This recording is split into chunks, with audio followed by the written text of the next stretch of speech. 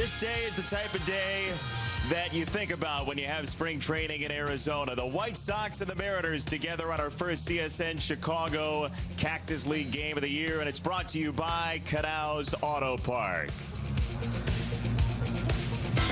Thanks for joining us once again. Jason Benetti, Steve Stone along with you, and a lot of new faces on the Sox roster, in large part due to two big trades that Rick Hahn made, the Sox general manager, in the offseason. Rick was a very busy man, and the fruits of his labor can be seen right here. And there's some key guys that were acquired.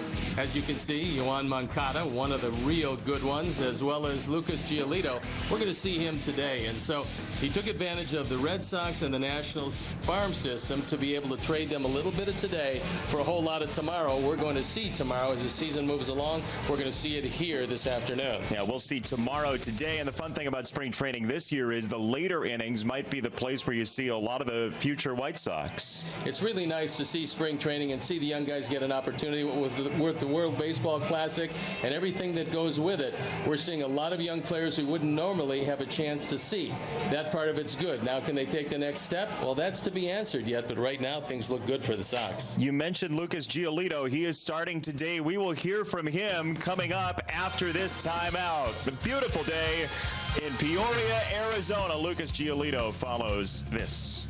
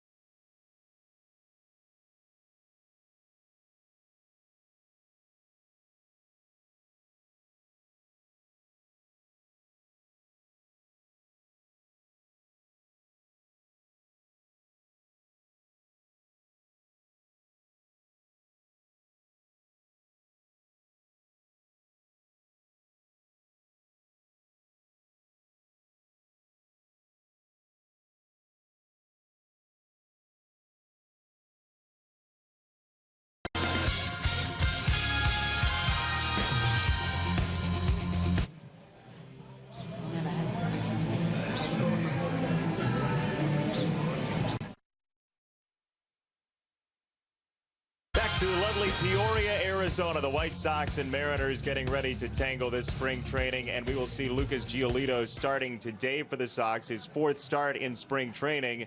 His first start for the 22-year-old came last year on June 28th at Nationals Park. You're thinking in your head, man, this is my major league debut. This is crazy. Like, I can't believe this. This is, what I've been working for my entire life. And then you throw that first pitch, and my first pitch was like in the dirt, like not even close.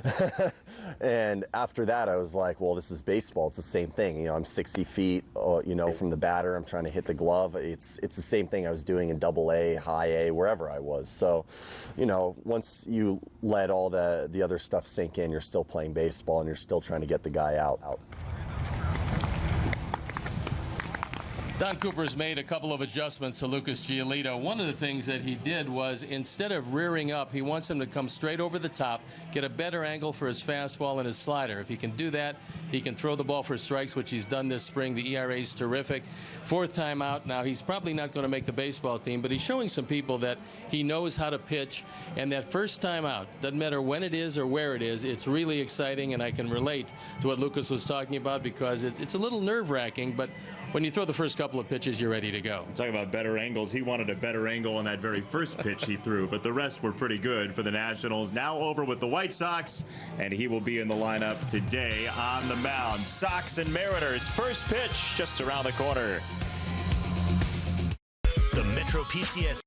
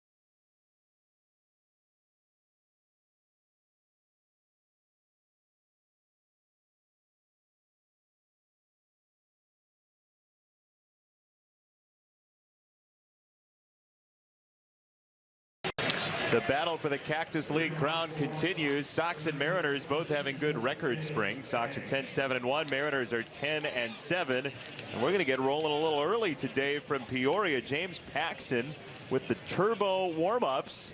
And here comes first pitch to Jacob May. It is ball one from the Canadian left-hander to the young Sox outfielder vying for the center field spot.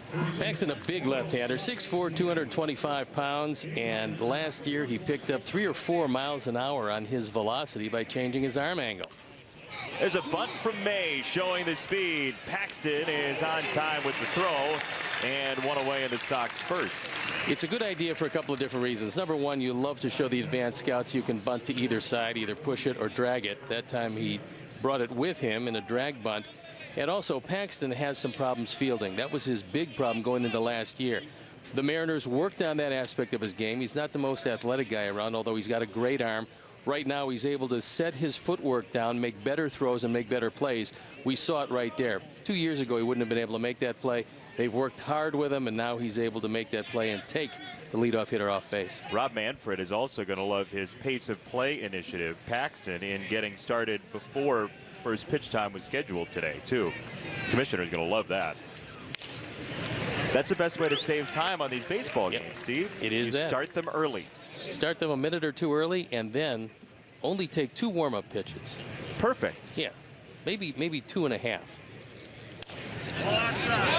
Ball and a strike on Leury Garcia, who is in search of a spot on this Sox roster as well. Last time we saw Leury, he of the 4 hit Leury's. They're a highly thought of bunch. They may not show their face today on that play by Smith. There are 2 out. And here is the Sox lineup for today. You've seen May and Garcia. Melky is next. Todd Frazier, after the oblique injury, is in the 4 spot. Garcia, Saladino, Davidson, Smith, and Sanchez. Steve? Take a look at the most improved defense of these Mariners, because this year in the outfield they can catch the baseball. Heredia, Martin, Henniger in the outfield with Seager, Ascanio, Smith, and Valencia in the infield. Zunino behind the plate. James Paxton on the hill. We talked about him. He's really improved greatly. He was a product of this Seattle organization, so they drafted him, signed him, developed him, and here he is. Going to be one of their mainstays this year. You know, Paxton originally was picked by the Blue Jays, but they were not able to sign him because of a contractual issue. There was a circumstance where he was going to go back to the University of Kentucky. He had signed with an agent. So the Mariners end up with him as there's a ground ball to short to retire the side. Quick job by Paxton in the first inning from here in Peoria. No score, bottom 1 coming.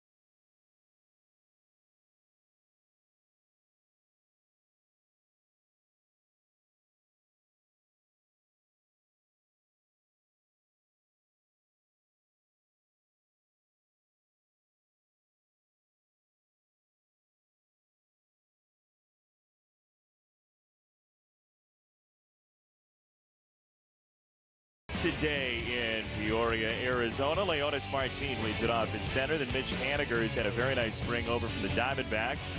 One of the two baseball-playing Seegers in the 3 spot. Valencia, Vogelbach, Zunino, Heredia, Smith, and Raider Ascanio in his first spring training start. Let's take a look at the defense and how they're going to line up. Left to right, it's Melky, along with Jacob May and Abasil Garcia in the outfield, and Frazier, Garcia, Sanchez, and Davidson in the infield. Kevin Smith with the nod behind the plate. Lucas Giolito on the hill, and he's had a terrific spring. A 2.0 ERA. There you look at the numbers. Only 2 walks in 9 innings. That's good. The right-hander's hitting just 188. That's very good. He's kept the ball in the ballpark, which is difficult to do in Arizona. And at 6'6", 255, pushing maybe 260 pounds, depending on breakfast. He is a ball of talent. And the umpires, Jeff Nelson's got the plate, and then we'll see some rotation. Adrian Johnson, Stu Sharwater, and Mike Casasipio. I don't think that's it. Casapopo? Casipiano? I don't think there's an N at all. Well, but it's spring training. Spring training for everyone. He'll grow an N during the season. That's in the running for today's cliche of the day, which we'll unveil later. Lucas Giolito, first pitch is strike 1 to Leonis Martin, the Mariners center fielder. It's great in spring training to see young guys burst on the scene. In the case of Giolito, yes, he had limited action with the Nationals, but he is going to be around quite a bit. It was interesting hearing him talk about that first start in our pregame, and you know what that's like. What was your first start like in Major League Baseball? After 2 hitters, I had a world of success ahead of me because I had an unlimited ERA. A walk, no, a base hit on a 3-2 slider and a 2-run homer. So other than that, it went great. That stroke to left, a base hit for Leonis Martin to start Giolito's outing here in Peoria. It was against the San Diego Padres, who share this facility with the Mariners in San Diego, and unfortunately it was a rough start. Things were to get a bit better as I moved along, but that first start is one thing regardless of how you do, whether it's good or bad, whether it's consistent or inconsistent. You always remember what it felt like, and I remember at that point that things could only get brighter as I moved along from those first 2 hitters. You were plenty bright as it is now. Well, that remains to be seen. Sure does. Mitch Haniger takes strike 1. Giolito, if you missed it, he was talking a little while ago about his first start. He said after pitch number 1, he felt fine. He buried the first one, was well short of the plate. Then he was okay, and he pitched very well against the Mets back on June 28th of last year.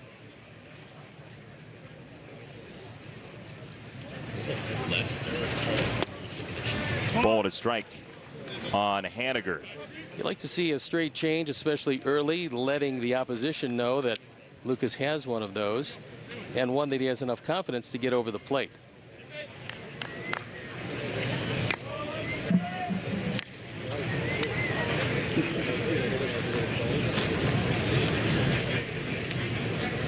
Martin at first, and he's off. Past third, base hit.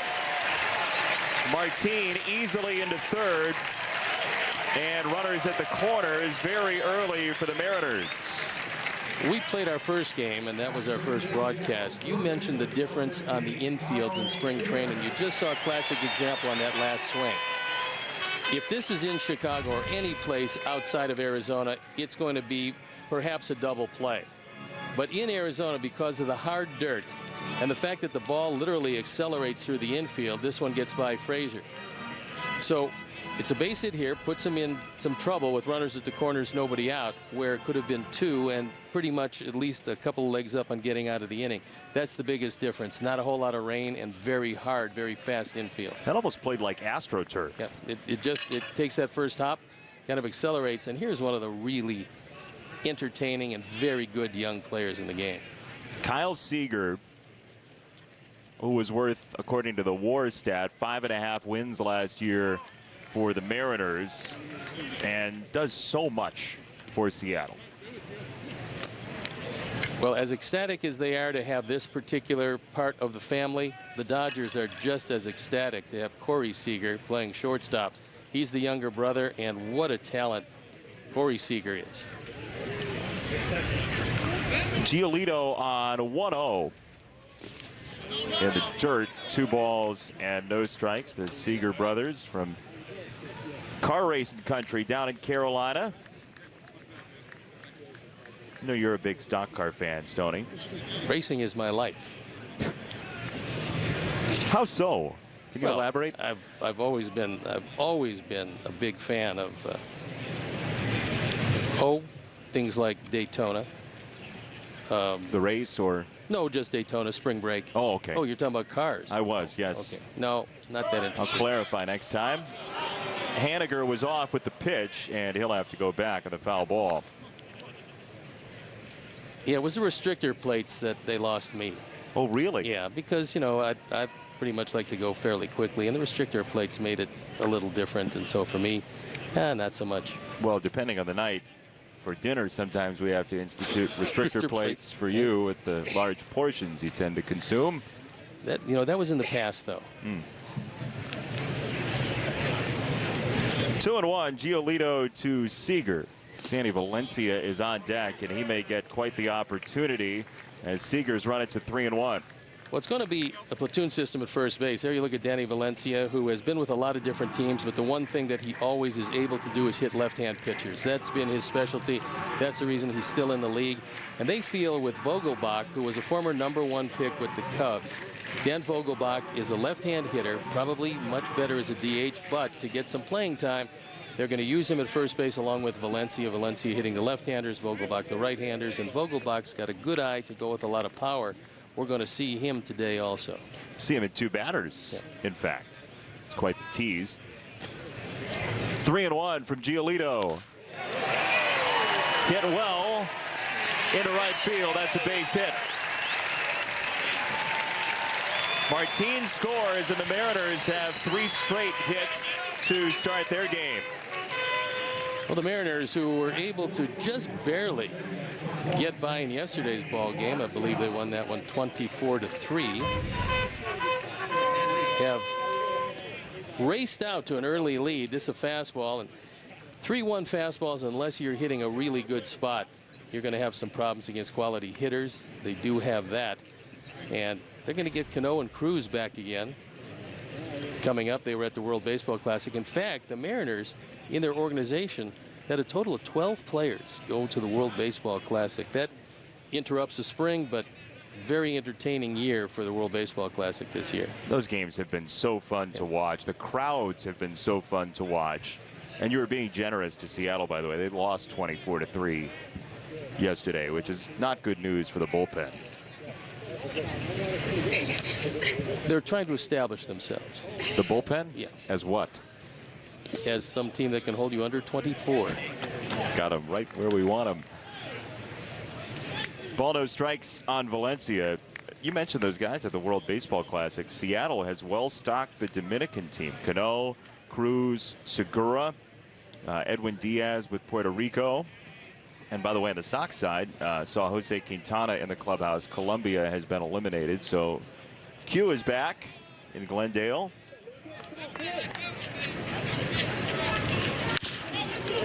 That's foul of third. Ball and a strike on the well-traveled, as you mentioned, Danny Valencia. One of the things that you think about with a guy that normally plays against left-handers is that he'll have some problems with either the slider or curveball away. In the case of Valencia, because he doesn't run exceptionally well, throw him a good slider, good curveball away. You're probably going to get that ground ball to the left side, which is going to turn into a double play. But to do that, you have to hit your spot, and we'll see if Lucas can do that. Where do you want this pitch on 1-1? I want it away, breaking somehow, and hopefully he rolls over it. Not away enough, but Valencia got under it. And one away.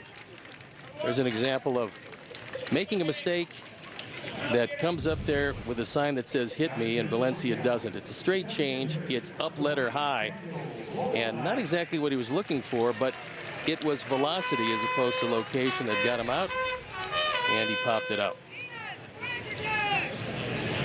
There's a person in the crowd with a trumpet of some kind. Did you hear that?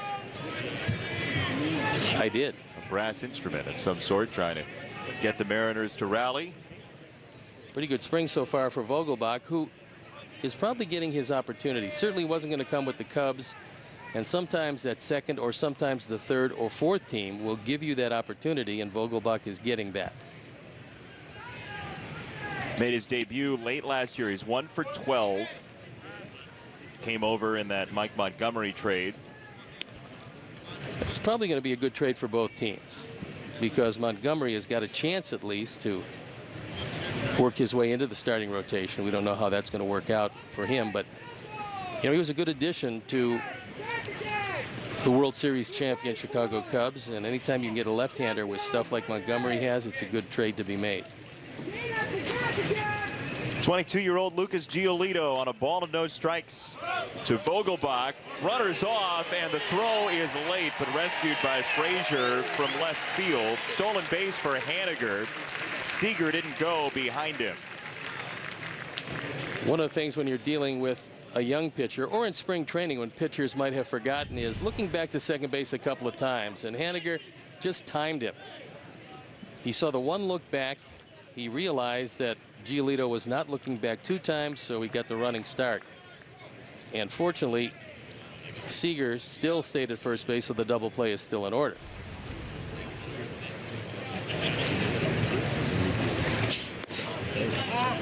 Three and 0 on Vogelbach.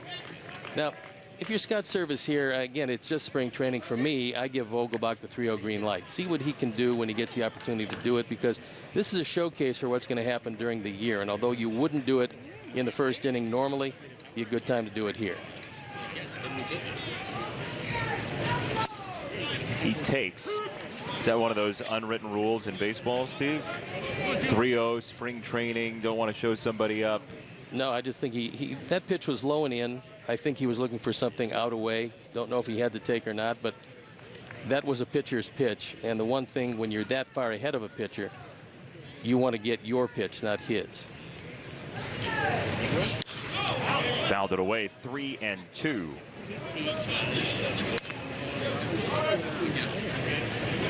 Well, you can expect when the Sox are on offense today, a large inning. The last 3 games this spring, the Sox have had an 8-run inning at least in every game.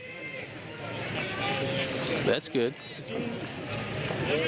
Sure is.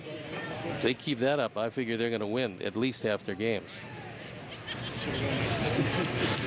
Just wait for what Steve has in the 4th inning. Seager back to first. Pretty exciting. Seager doesn't have the best speed. Last year, the entire season, only 3 stolen bases. So you'd think to yourself that he wouldn't be going. But I think Vogelbach is a contact hitter. He's got a good command of the strike zone. If I'm Scott Service, I send him here. He holds. 3-2 is fouled away. Scott Service is an interesting guy to talk to. We had a couple nice conversations with him last year in the throes of his Mariners Olympics that he had put together. Well, also, he was a man who never managed at any level before last year, but he was a front office guy who understood how to put a baseball team together. A former catcher, they usually make pretty good managers. I think Scott has a chance to be pretty good before it's over. And that quick throw to first, a little late. That's Casey Candell, first base coach, who's got his stopwatch with him. Lucas a little slow to home plate. I think that's something that he might have to worry about.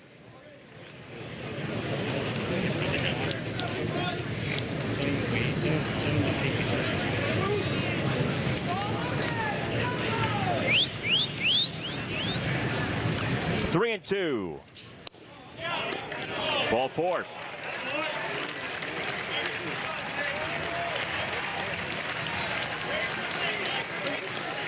Interesting spring last year for Mike Zunino, who's coming up next, and that's going to send Don Cooper out to the mound to talk with Giolito. Zunino had a swing flaw. He was highly thought of when he first came to the Mariners, and they thought he would take over behind the plate, stay there for a long time, be their #1 guy, which he still can do, by the way. But he had a swing flaw, and they told him in the spring, look, you're not going to make the ball club. We want you to just work on this. So handle the pitchers, understand that aspect of it, which he does pretty well. That was not the problem. And then work on that swing path that you have to change, or you're not going to be successful here. When he came back, he lit it up for quite some time before, toward the end of the year, he kind of got away from him, maybe fatigue. You don't know exactly what happened, but he tailed off the end of the year. Before that, he looked like the guy that they had drafted as highly as he did, and you know, this spring he's tearing it up so far. Yeah, 3rd overall pick back in 2012. Zunino, actually in the same draft, the Nationals took Giolito 13 picks ahead, as Zunino takes ball 1. Interesting thing about Giolito, when he was drafted, Mike Rizzo, the GM and now the president of the Nationals, knew that he had to have arm surgery. So they took him a little lower than maybe he would have gone in the first round, because he was going to have surgery, which he did, and then he came back 100%. Yeah, Lucas said it was not long after he got into pro ball that the whole thing had to go and the surgery had to happen. But at this point in baseball, you get somebody who's already essentially in that process. You save yourself the trouble of losing a year and a half, as the Mariners have loaded him against Giolito here in the first.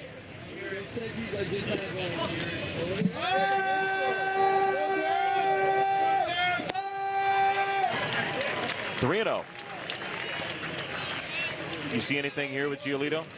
I see the fact that it's his 4th start in the spring, and sometimes for pitchers it'll happen in the 3rd start, sometimes the 4th start, and that's when the arm loses life. It's called the dead arm period. It happens during the season, also happens in the spring. And it appears to me this is a guy who's had pinpoint control all spring, and now he doesn't. And that to me is that his arm just doesn't feel all that lively, so all he's got to do is throw strikes with it, and if they hit it, they hit it. But you've got to be able to get the ball over the plate. He realizes that, but today it's going to be a battle for him. Doesn't matter how long he stays in. It'll be a battle, and it's way too many pitches in the first inning. So you're saying there's just nothing you can do about it. It happens to every pitcher in spring training. Your arm has to break down before it can rebuild and get strong as you head into the year. There is strike 1 to Guillermo Heredia, who made his major league debut in 92 at-bats last year. Nice crowd in lovely Peoria today. As Chris Beck is warming in the Sox bullpen.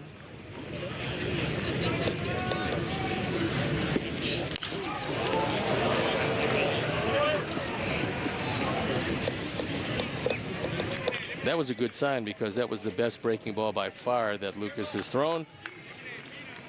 And Heredia got over the top, was able to foul it off. That's the best he could do with it. And there is Chris Beck, the aforementioned Chris Beck. Not something you would like to see in your first inning of work, whether it's a spring or any other time, but sometimes you have to rescue a pitcher if he can't get himself out of it. And that breaking ball hung a bit. Nice idea, but it hung. And the spring has been very kind to Guillermo.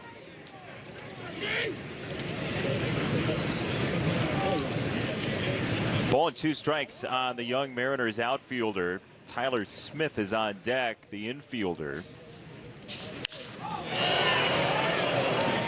Right-hand side, Garcia and May, and it's Avi Garcia. Flat-footed to make the catch. Seager tags and scores, and the Mariners have put up 3 in this first inning.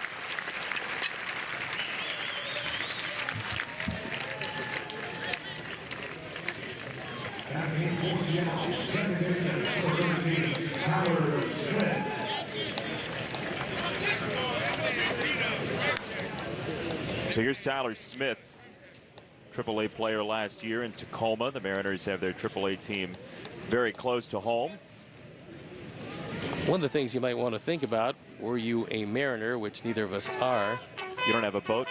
No. And if you're a second baseman, you don't have a position, because Robbie Cano is probably going to be there for a bit, especially after last year. What a year Cano had. As we said, he's off at the World Baseball Classic as it stands right now. That pitch is well struck left center field. May is back, Melky is back, and that is big trouble.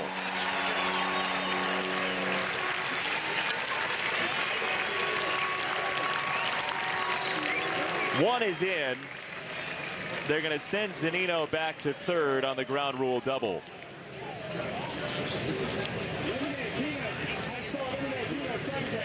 During the course of a major league season, Melky's going to make that play. But here, because there's not a cloud in the sky, they call them high skies, bad visibility, that high fastball, taken back to left center field, and Melky sees it, but not going to be able to get all that close to it. Ball just continues to carry here in Arizona. And so that's going to be it for Lucas Giolito. Chris Beck is going to come in, and as he trots in, we'll step out and be back after these messages.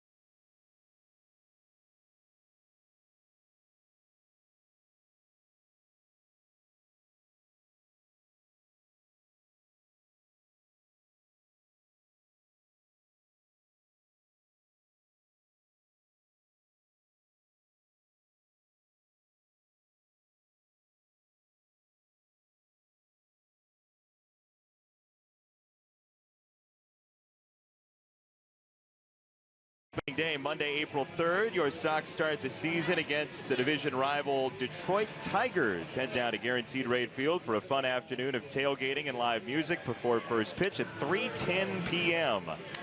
All fans there get a 2017 magnetic schedule. Great seats are still available. Get yours today at whitesox.com. Steve, we have a pitching change. We do indeed, and not expecting to get it quite this early, but Chris Beck coming in the game. There you see what he's done this spring. Hasn't been pretty, but it's early yet, as they say. By the way, as we go back to cliches of the day, which we will break in as a new aspect of our broadcast, that would be one that would qualify. It's early, but we're going to hold that in abeyance, as they say. It's more a two-word phrase than a cliche. I think it's early. I don't think that qualifies. Ball one to Ascanio, the young shortstop who was at A-ball last year. It's just when they talk about that in August during the course of the year that you get a little excited. Well, then it's getting late early, which is closer to cliche of the day material. True. Keep track of our cliches of the day at home with our cliche of the day workbook. On sale never. 2 balls, no strikes on Ascanio. Smith at second, Zunino at third. 2 down in a long Seattle first. Last year for Chris, struggling. 25 appearances, 25 and a third innings, and an ERA up over 6.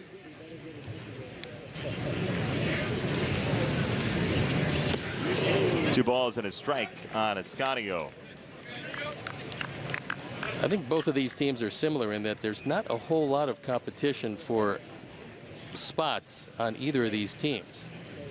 I think you're talking about maybe one outfielder for Seattle, perhaps one spot in the bullpen, and then a swing man coming off the bench to play either infield or outfield. Those are the spots for the Seattle Mariners that are still up for grabs.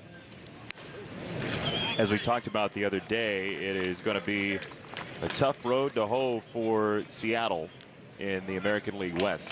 Well, their lineup can play with anybody. The only question for them is you've got King Felix, you have Hisashi Iwakuma. Both of them, the arrow is pointing down, not up yet. They both had some velocity issues, and things aren't quite what they were a few years back. Throw to second is late on Smith. So we'll see how that pencils out, but there's not a whole lot of room for error. The West, which wasn't a good division up until the last couple of years, suddenly has found that there's some really good baseball teams in the American League West. So Seattle has a whole lot of work to do, but a good enough lineup. Last year they were 10 over 500. They were 86-76, and they've improved. As 25 of the Mariners from last year are gone. Jerry Dipoto has sent off quite a few former Mariners. 3-2 now on Ascanio. I mean, you look at the names. Adam Lind is gone. He's off to Washington. Chris Ionetta is gone. Franklin Gutierrez, Seth Smith, Drew Storen, who they got midseason last year, Taijuan Walker. They add any number of players. Segura, Valencia, Carlos Ruiz. Jared Dyson, who's probably going to play a whole lot of left field. And the Sox fans very familiar with him because he was the pain in the derriere who played for Kansas City for quite some time. And late in the game, if he didn't start, he was a guaranteed stolen base. He's going to do pretty well for Seattle. And last year, their outfield defense was as bad as any team in baseball. This year, they believe they're going to be a whole lot better. They were one of the worst defensive teams by just about any metric in Major League Baseball last year overall. 3-2 from Beck, and there is ball 4. Well, just in case Leonis Martin didn't enjoy his first at-bat in the first inning, he will get a second. One of those spring training innings, Steve Stone, that are just so entertaining, it makes you nauseous. Except when it's your boys putting the points on the board. But there's a lot of time left because it's early. It is early. Yeah. Here is Martin. Ascanio at first, Smith at second, Zunino at third. And strike one to Martin. Hard to believe the Mariners, maybe not hard to believe depending on where you sit, Mariners haven't made the playoffs since 2001. That is the longest drought of anybody in baseball. Jerry Dipoto and the boys would like to think that this is the year, and they got a pretty good shot at it. 10 of their first 13 are against the Astros and the Rangers, by the way, as Matt Davidson secures out number 3. Another cliche in the running today is it could have been worse. 4-0 Seattle after 1. Tonight on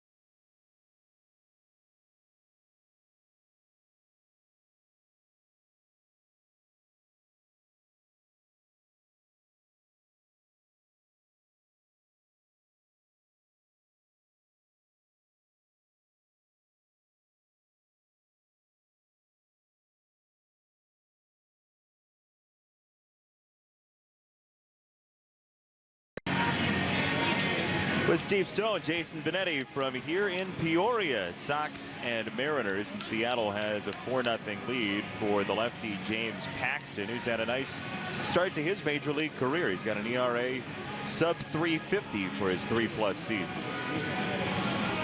It looks to me like the changing of the arm slot might have changed his career, because throwing straight over the top, you don't get a whole lot of movement. And at that point, because he threw over the top, he didn't allow as much strength as he has as a very big, strong left-hander. He didn't allow the velocity with an opportunity to maximize. And so that's the first thing that they thought of, was instead of over the top, get him in the natural arm slot. And to do that, they rolled a ball out to him and said, how do you throw to first base? Rolled a ball out, he threw to first base, and it was, instead of straight over the top, it was high 3/4. And there you look at his FIP. His FIP, which is good FIP. Fielding independent pitching. Very good. The idea there is to try to take out the luck for pitchers out of the ERA. And so it's usually a suggestion of how you would do if there were no fielders out there. Essentially, I mean, you're going to do very poorly if there actually are no fielders, but the idea is to take away the random occurrences from fielders' misgivings, which I know you've dealt with too much for your own liking in your career. Well, with no fielders, you've got to be very fast, fleet of foot, because chasing down those runners, very difficult. The old Bugs Bunny theory. 2-1. Todd Frazier, who we mentioned earlier, has been dealing with an oblique injury. Frazier back the last week or so to baseball activities.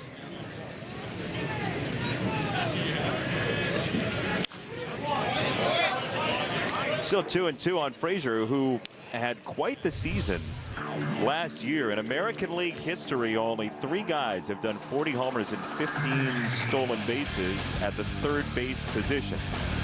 2 A-Rod, 1's Todd Frazier. He would expect this year, and statistics tell you that he will have a much better batting average than he had. But he had an opportunity last year to drive home 120 runs, just didn't get the job done. Still, when you look at the numbers, they're very good. I think he realizes that one of the areas he can improve in is making some contact with a runner at third and less than 2 outs. Yeah, overall, for his career, the strikeout rate for Frazier last season was pretty much his worst that he's ever had. And it got better as the season went on. It was July, August or so, and then the strikeouts started to pile up again at the very end of the year. Frazier inside, outs it to Smith at second, and 1 down in the Sox second. 4 hitters, 4 ground balls for Paxton, and that shows you there's not only more velocity, but a lot more movement on the fastball when you go from straight over the top to high 3/4. And so in doing that, I think they felt he'd get more movement. I'm not sure if they realized that it would drastically alter the velocity that he had. But that's what's happened. And in spring so far, Avi swinging it pretty well. Paxton, last year, his ground ball percentage was down to 48%. His first full season in the majors, it was up at 56.5%. But he was really no worse for the wear last year in terms of ERA.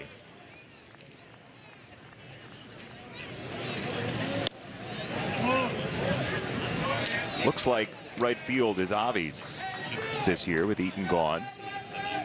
They would anticipate that that would be the case. He wants to improve on his defense. With that in mind, he's lost some weight. He's in better shape this year than he's been. And we'll see if it translates into a better performance defensively. From the offensive side, they would love to see Avi hit a few more balls in the air. He's awfully strong, has one of the better exit velocities in all of baseball, but hits way too many balls on the ground, balls that he could drive. He hasn't been to this point. Checked his swing on a ball in the dirt, and he did not go. It is really hard to believe that Avi Garcia is still 25. He's been here, what, 10 years? He was 25 It's when amazing. Sox got him. Mm-hmm.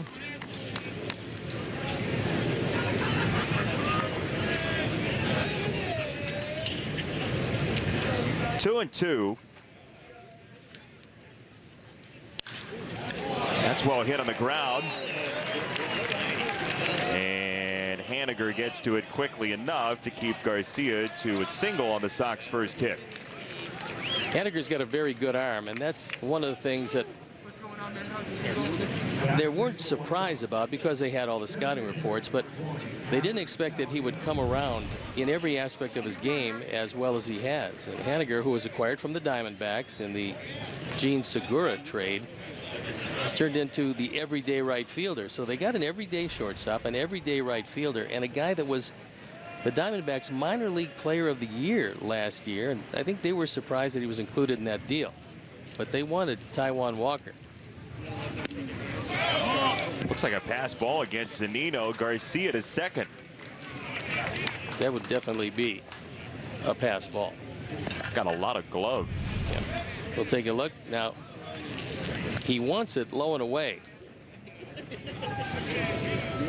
And that ball on the inside part of the plate, not caught particularly well. Could be he was crossed up on it.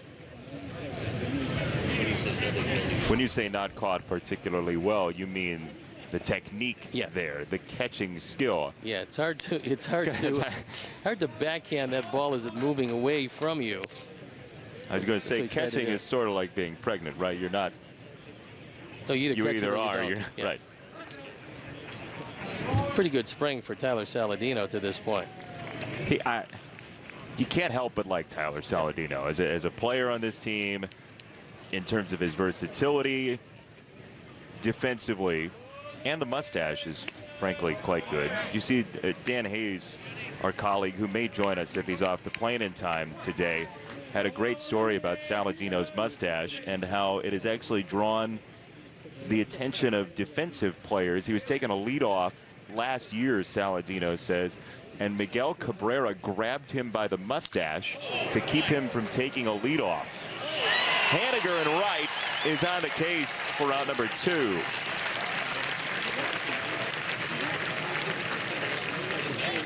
One of the most difficult things in baseball to do, you probably don't know this because I know this is the infancy stages of what's going to be a career, but it's hard to take a good lead when a guy has a secure grasp on your mustache.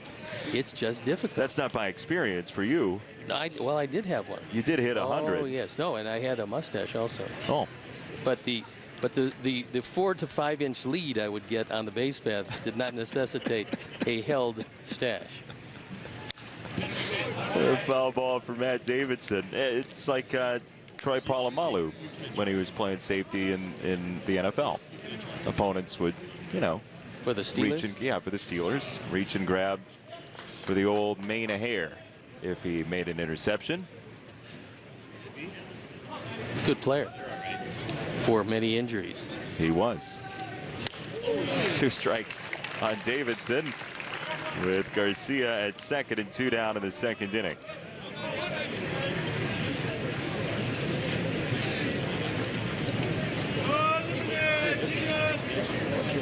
James Paxton has looked quite good through 6 batters. Now the 7th, Davidson.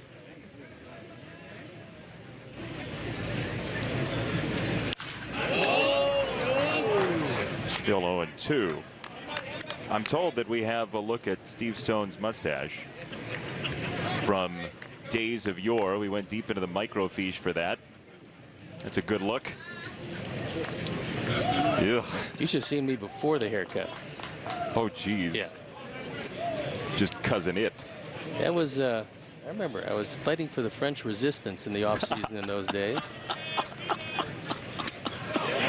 Check swing by Davidson, and he goes down. Man the barricades. Steve Stone, 4-0 Mariners.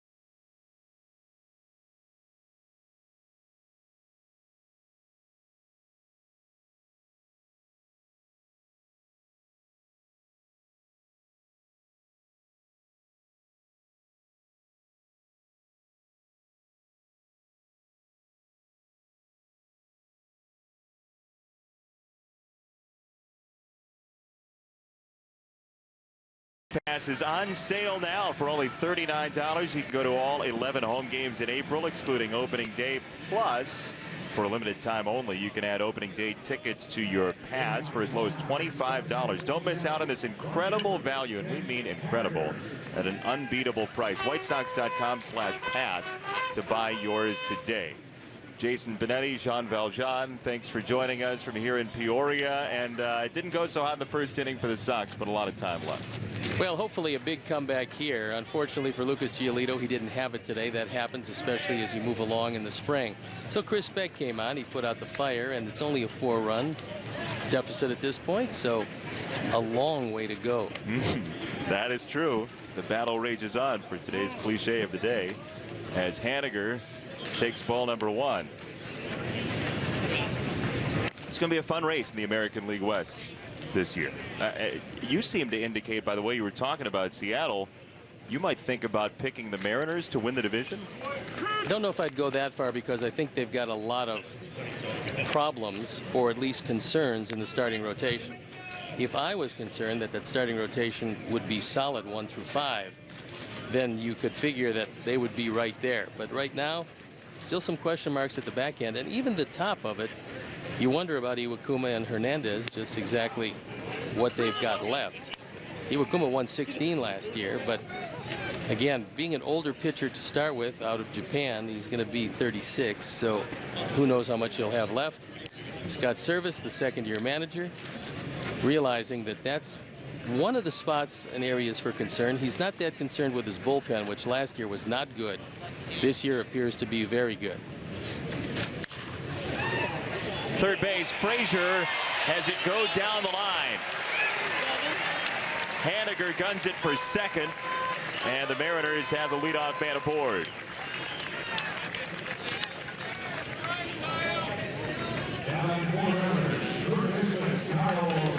Another spring training variety ground ball base hit. That was a slider supposed to be away. It was over the middle of the plate, and Haniger takes it down the line. This one's scooting under the glove and out into left field. You've talked about breaking pitches in Arizona and how it's more difficult to get them to do what you want them to do. Why is that for the folks that missed that? It's really a case of humidity and the lack thereof.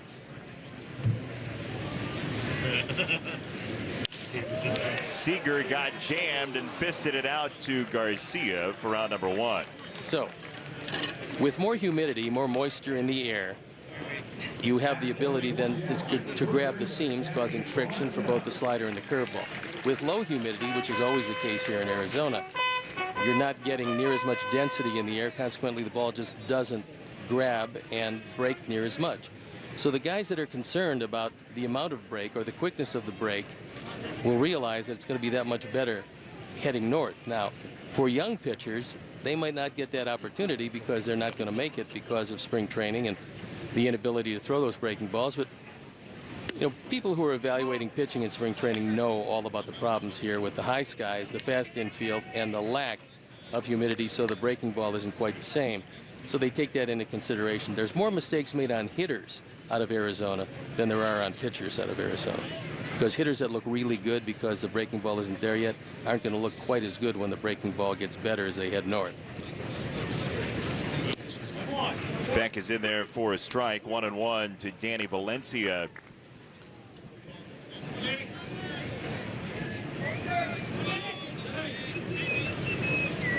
We don't want to head north right now, though. I've heard Chicago is not at this point. Well, how about snowy? How about New England? Underneath, taking a pounding. Cover.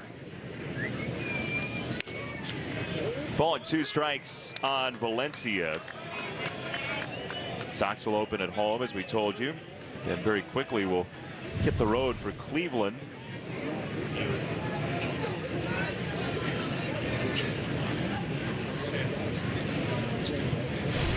Close pitch. Yeah, Valencia thought that one was maybe a little higher outside. Jeff Nelson thought it was good enough. Sox will be in Cleveland, Minnesota, and New York in April this year. First road trip. Fastball for strike 3. First strikeout for Sox pitching today. Cleveland is going to be very good once again, as they were last year. Only this year I think it'll be a little easier to win the division for them. As you look at Chris Beck reaching back, getting a fastball, throwing it right by Valencia, who shows you why he plays against the left-handers mostly. Yeah, Cleveland, hopefully nobody freaks out about the Andrew Miller, Nelson Cruz thing. Miller is going to give up a home run every once and again. He did to Cruz in the World Baseball Classic, but saw Cleveland yesterday, and it's a team that if they get Michael Brantley back to even close to full strength, that's a piece they didn't have last year, and they almost won the World Series. Well, they lost Mike Napoli. He's going to be with the Texas Rangers, but they added Edwin Encarnacion, which is a devastating right-handed hitter. Now, for everybody who thinks, well, look, Encarnacion was wonderful, and so he's going to add wonderfully to the offense. Think about what Napoli did last year. And that is 101 driven in, over 30 home runs. And so Encarnacion will be good, and he'll be good for a while. But just in 1 year, what he's brought in is to replace the offense of Napoli. Now, the only problem as far as that's concerned is Napoli meant so much to the Indians in their clubhouse. Because he is a leader, has been a leader wherever he's gone. They're going to miss that leadership, but they won't miss the offense because Encarnacion can rake. The question is, where is the party going to be this season? As Beck gets the fortunate call for the strike, 1 and 2. The party was always at Napoli's last year. Remember, the party at Napoli's. Now they need a place to host the party. Well, at least early part of the year they could take the Kipnis household because he won't be playing. Doesn't sound the same though. Party at Kipnis's. True. Yeah, Jason Kipnis likely not to be ready for opening day. Down the line it goes, and foul. Well, fortunately they have Ramirez, they have Martinez, Eric Gonzalez, and yeah, to me, if they want to give up the third base position and maybe bring Chisenhall back, Ramirez at second, they're not going to lose anything. Lindor's a great shortstop. Ramirez had a magnificent year offensively and can play every different position. So the loss of Kipnis, even after that year last year, had a big year in the power department, his biggest year in the power department in quite some time. Have you heard he's from the Chicago area? He's a Chicago area product. Northbrook. Lots of fans in the stands. Ball and 2 strikes on Vogelbach. Haniger at second, 2 down, and Beck relieving Giolito in the first. Into the high sky. Kevin Smith has it. Haniger stranded. We will play the third. 4-0 Seattle.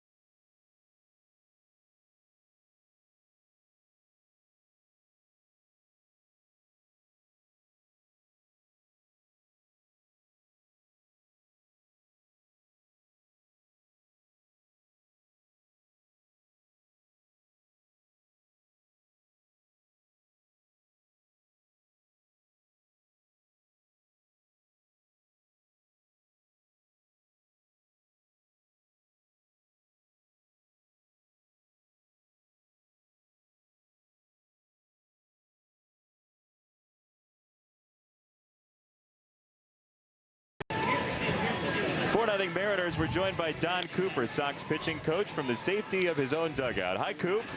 Good afternoon, guys. How you doing? I'm doing good. Good. What do you have on Lucas Giolito today? Well, you know what? He didn't have it going on today. I didn't think his fastball. He's coming off a little bit of a hamstring problem, but he assured me that wasn't the problem. Obviously, today, unable to get his breaking ball over for strikes. That hinders him. It's guided a few changeups, commanded a fastball not where he needed it to be, and you know, we had the first hit of 0-2, and we didn't get the fastball where we wanted to, which was elevated to Martin. So with all that being said, it made for a poor inning for him.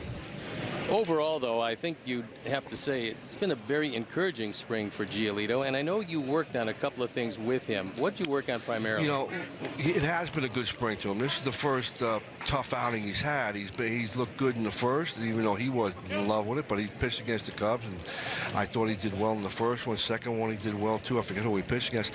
What we've been working on, you know, his lead front arm can get very, very high, and he can get steep. You know, with his body, and then it's really, really difficult for him to get out front with his hand. The timing is just not there. That's the biggest thing we've done with anything in mechanical, I'll say. You know, I'm just trying to think if there's anything else, and no, that's the only thing we've done with him. Coop, of the pitchers you've seen for the first time this year in spring training, who stood out to you? I got to tell you, man, I mean, listen, Lucas had a tough game today, but he's been good, and I certainly am happy with the acquisition of him. And he, like a lot of other guys, have many, many things to work on. Listen, Jose Quintana's got things to work on. He's going to be, you know, our main starter, obviously. But I'm very excited with a lot of them. You know, Michael Kopech. Reynaldo Lopez, there's two right there. Other guys, so, you know, if you think about it, you know, we've lost Quintana hasn't pitched here except for 2 innings. Gonzalez hasn't pitched 2 innings. We lost Soto to the World Baseball Classic. We lost Jones and Robertson to the Baseball Classic, and Goldberg to the Baseball Classic. So many guys are getting opportunities to pitch and be seen, and they've done very well with the opportunities they've been given. Carson Fulmer's another guy that's throwing the ball well, and he's in a whole lot different place this spring training than last spring training. He was lost last year, you know, like the new guy, new environment, trying to overdo things, trying to do more, trying to live up, I think, in some ways to being the top pick. And now, you know, with all the other guys we require, in many ways, he's just another guy, and he's settled in. You know, I think, too, just going through your first spring training, you know, like I think about Michael Kopech and I think about Fulmer, that, you know, last year. It took a while for them to settle in, and you know, they want to impress, and they want to go, and sometimes that's just not the way to handle it. And it just goes to show you can't make any negative, you know, thoughts on guys in their first spring, especially if they're 20 years old like Kopech is. Well, Don, you know, we can talk about the starting rotation and a lot of additions to it, and there's a lot of great young pitchers that will be good down the road. But one guy who is not a young pitcher per se is Derek Holland, who you got from Texas, who's had some injury problems. How does he look to you this spring? You know, the good question. He looks good. He's happy. He's feeling very, very good. You might want to talk about that home run. Yolmer Sanchez. Is that his first home run as Yolmer? It is. It's the initial Yolmer home run. How about that? Coop, we have to keep you on now. No, listen, I enjoy it. You know, I enjoy the home run here, too, and I'm sure the fans want to listen to your comments on that rather than maybe some of the stuff we're talking about. No, they're very interested in Derek Holland. No, Derek Holland, throwing the ball good. You know, his strength is into righties, away to lefties. We're trying to make down and away to righties with a fastball, changeup, and two-seam and four-seam fastball and changeup and backdoor breaking ball more open and available to him, and he's been good with that. He's going to be pitching in a couple. He had a sideline today, and that's just what we worked on. We were also working on elevating fastballs, you know, higher than high fastballs. You know, sometimes, you know, I've heard announcers in the past saying, well, that ball's up. You know, well, there's many times a righty to lefty is pitching up, and as many times you'll see a Jose Quintana trying to elevate that fastball above the zone. You know what I mean? So that can be misleading sometimes to some people. There's times we are trying to pitch up. When are those times? In and up to like the first at bat to Martin today. You know, we're 0-2. We're trying to elevate a fastball above the zone, in and up, or just up, period. And he didn't, you know, I didn't, you know, I'll see tomorrow when I look at the replay, but it wasn't up enough, and maybe it wasn't in enough either.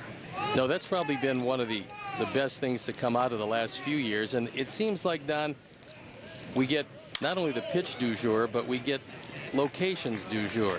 And, you know, as far as a few years back was the splitter, and then everybody went to the cutter. And you still have guys learning cutters. I know that's what you're talking about with Carson Fulmer.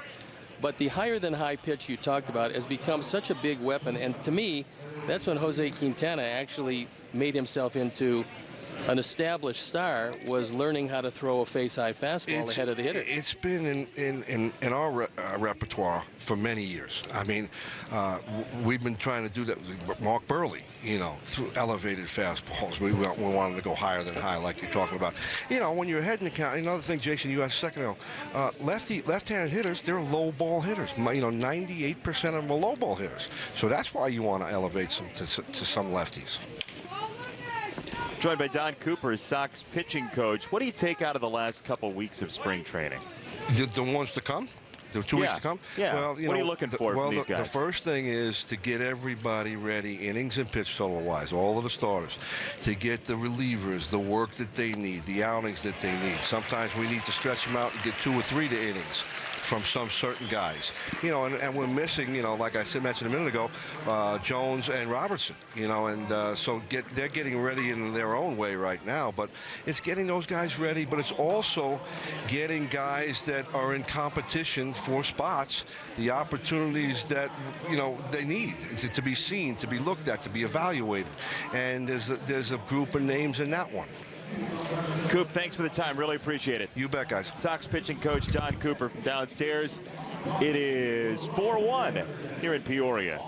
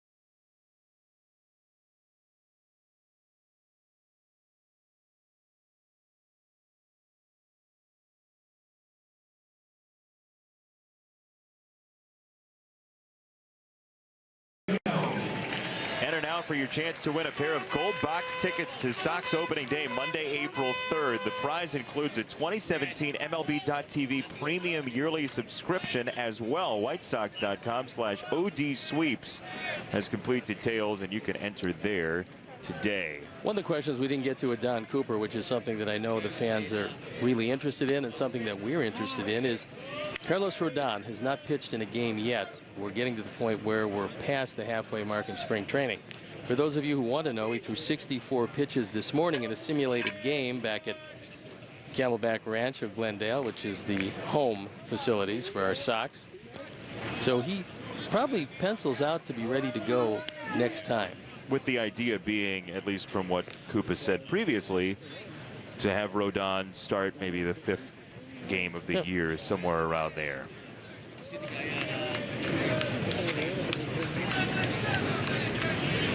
Seattle got 4 in the first inning today. Sox with a Yolmer Sanchez home run. Guaranteed that's the first ever spring training home run by a Yolmer. Any with Yolmer. the pitching coach on the broadcast. Might be the first one with a Yolmer with or without Don Cooper. Well, we know that the former Carlos is going to be the first Yolmer in Major League history. He's a former Carlos? Well, I mean, he'd taken his middle name. True. Carlos is one of his middle names, Yolmer being his true first name. So, fresh spring training, fresh name for Yolmer Carlos Javier Sanchez Yanez. Which is kind of interesting because Rick Riz, who is a long time and very colorful broadcaster for the Seattle Mariners, along with Dave Sims, they're on the radio side, and he was talking about trying to find Sanchez in the media guide. That's a fair ball down the line for Zunino. Frazier can't believe it. He thought that ball was well fouled.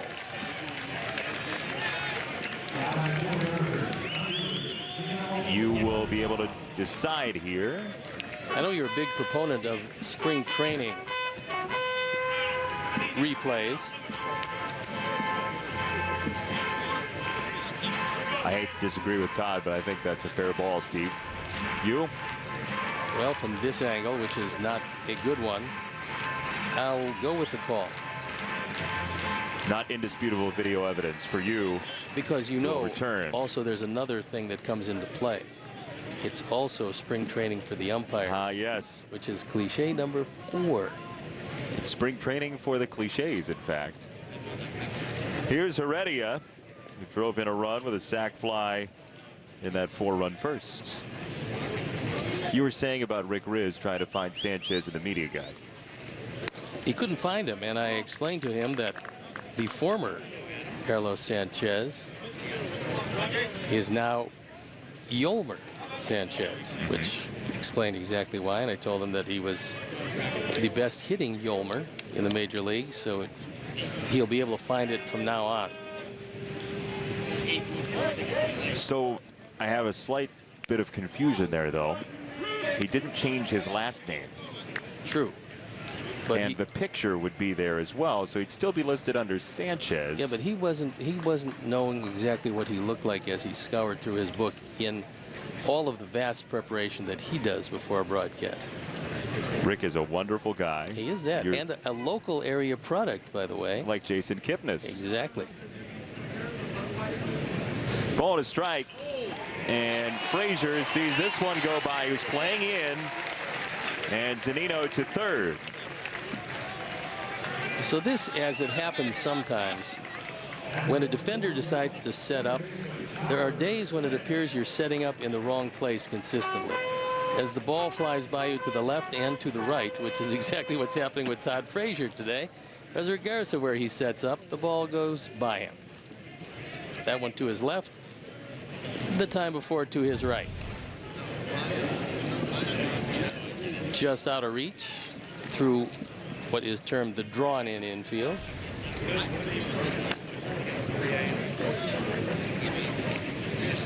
So, runners at the corners, nobody out for Tyler Smith, who had 20 doubles in AAA last season. He has 1 so far today.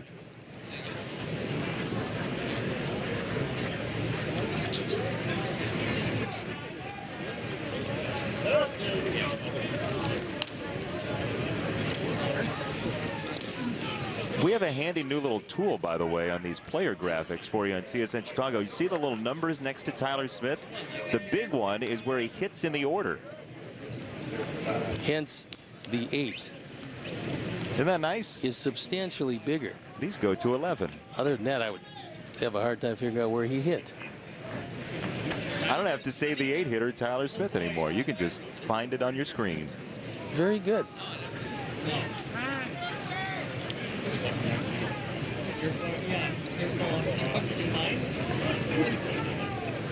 Heredia over at first. Zunino is at third. Chris Beck, 32 pitches deep, in relief of Lucas Giolito.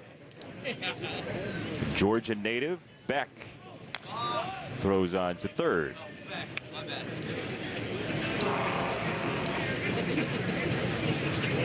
With the lead that Heredia is getting at first base, he is an ideal candidate to be picked off. That's a sizable lead. Maybe thinking about stealing a bag.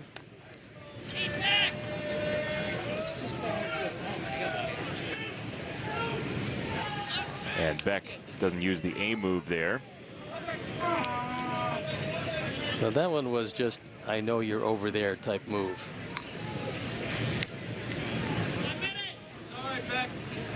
More commonly called the B move. The B move. Or the I move for I know you're ...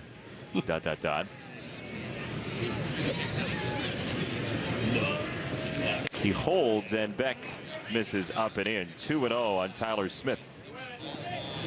Have you ever got kicked out of any sport that has ever been on ESPN? You know, Peoria, Arizona, Steve, Yes. was named after the city in Illinois. Do you know that? Which one? Springfield? Why do I leave openings for you? There were some farmers that came to Arizona from Peoria, Illinois, and named the town after Peoria, Illinois. Well hit by Smith. Really well hit. It's a 3-run homer for the young second baseman Tyler Smith.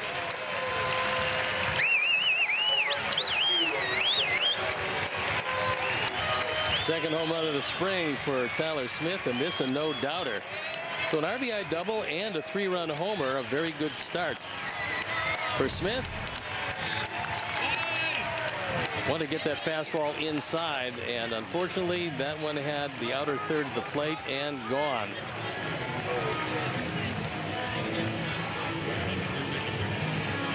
High leg kick, able to keep your weight back. Why hitters do that is that they get a little more hang time on breaking balls. That was a fastball, and so the departure of Chris Beck as he walks out. We will walk out also and be back after these messages.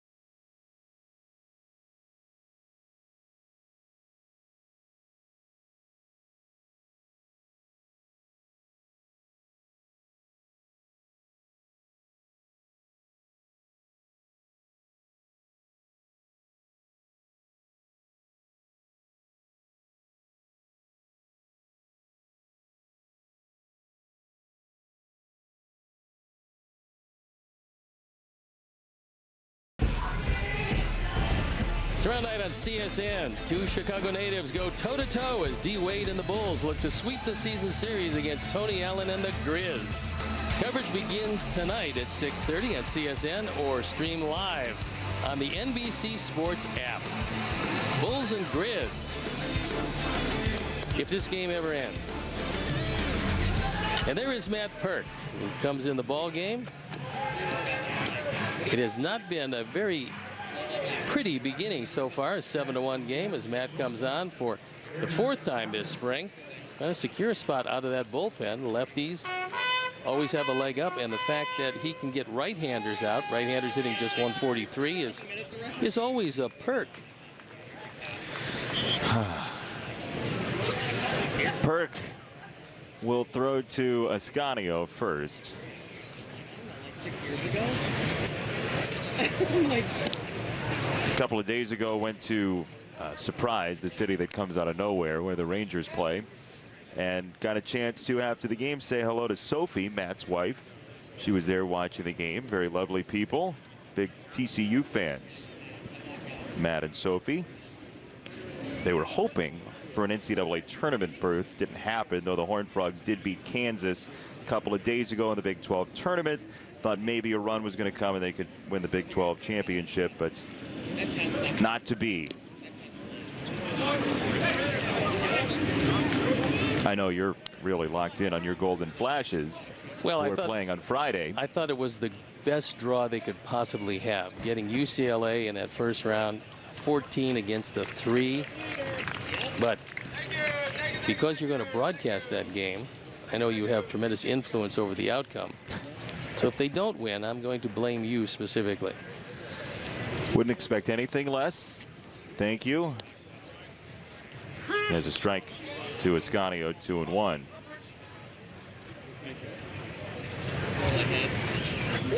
Matt Perka, another one of these White Sox players to come over from the Nationals, like Lucas Giolito. Bouncing ball to second, and Sanchez, fresh off the home run. Yolmer Sanchez throws out Ascanio, and 1 down. One of the battles since the departure of Brett Lawrie is the battle for second base.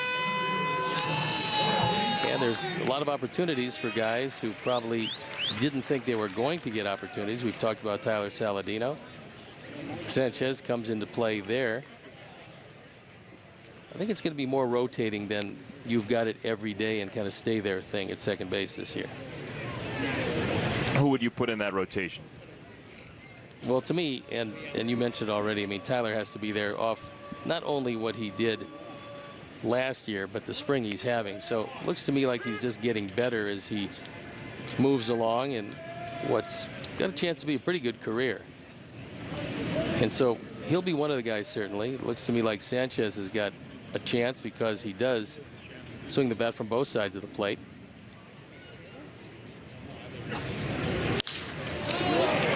That's through. Leonis Martin has his second hit and 3 at-bats. Leury Garcia, you would think, would be in the conversation, at least. Well, and I believe, you know, barring something very unusual, he's going to make the team because of his ability to play all 3 outfield positions as well as just about anywhere in the infield. Plus, he gives you some speed. We see him at shortstop today. But he's been swinging it pretty well in the spring.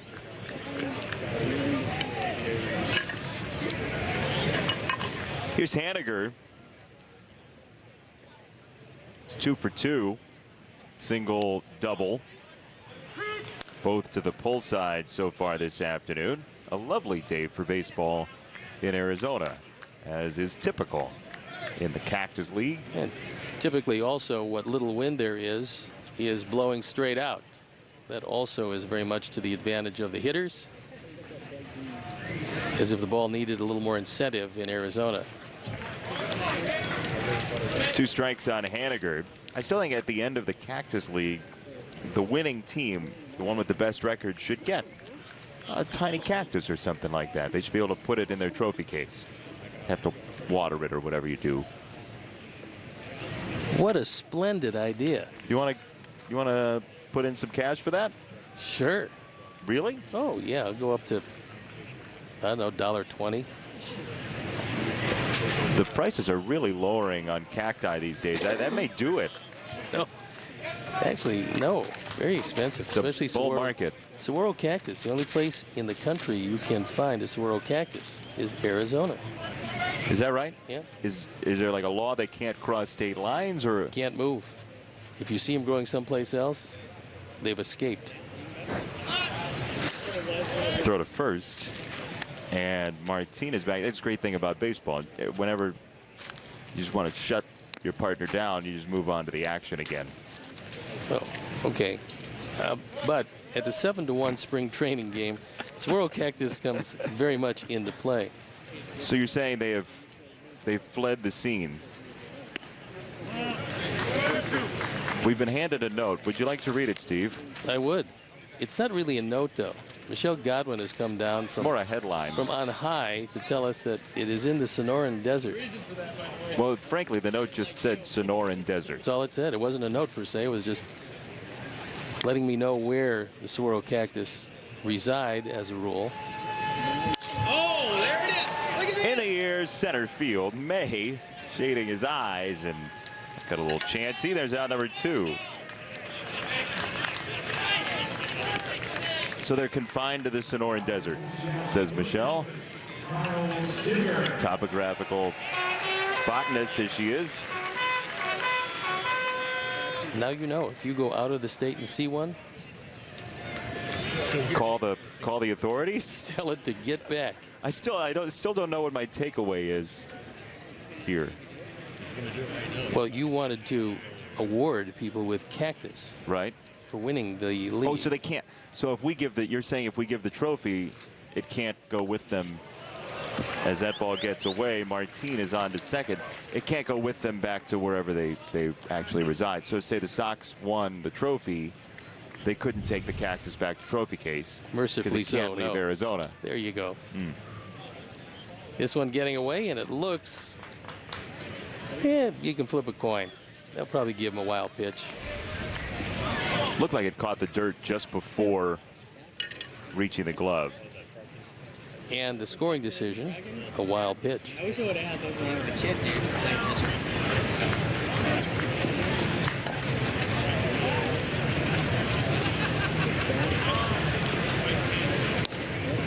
There's a strike from Perk to Seager.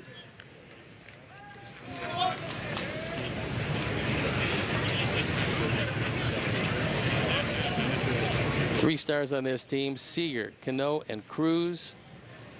They will carry the team offensively.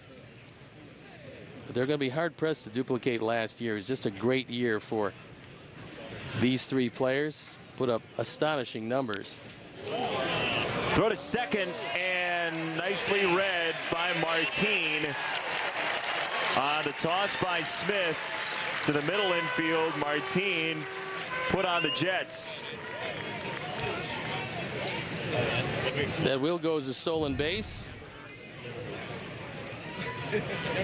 So he's hung out to dry and then decides, and I'd like to see more players do this. When you're going to be out by plenty, don't get in a rundown where your chances are almost nil of getting out of it. Just sprint as hard as you can to the next base and see if you can outrun the baseball, and that's what Martin did. Seager goes after a ball in the dirt, and Perk wriggles out of the jam. But Tyler Smith has a 3-run home run, and the Mariners lead 7-1 after 3.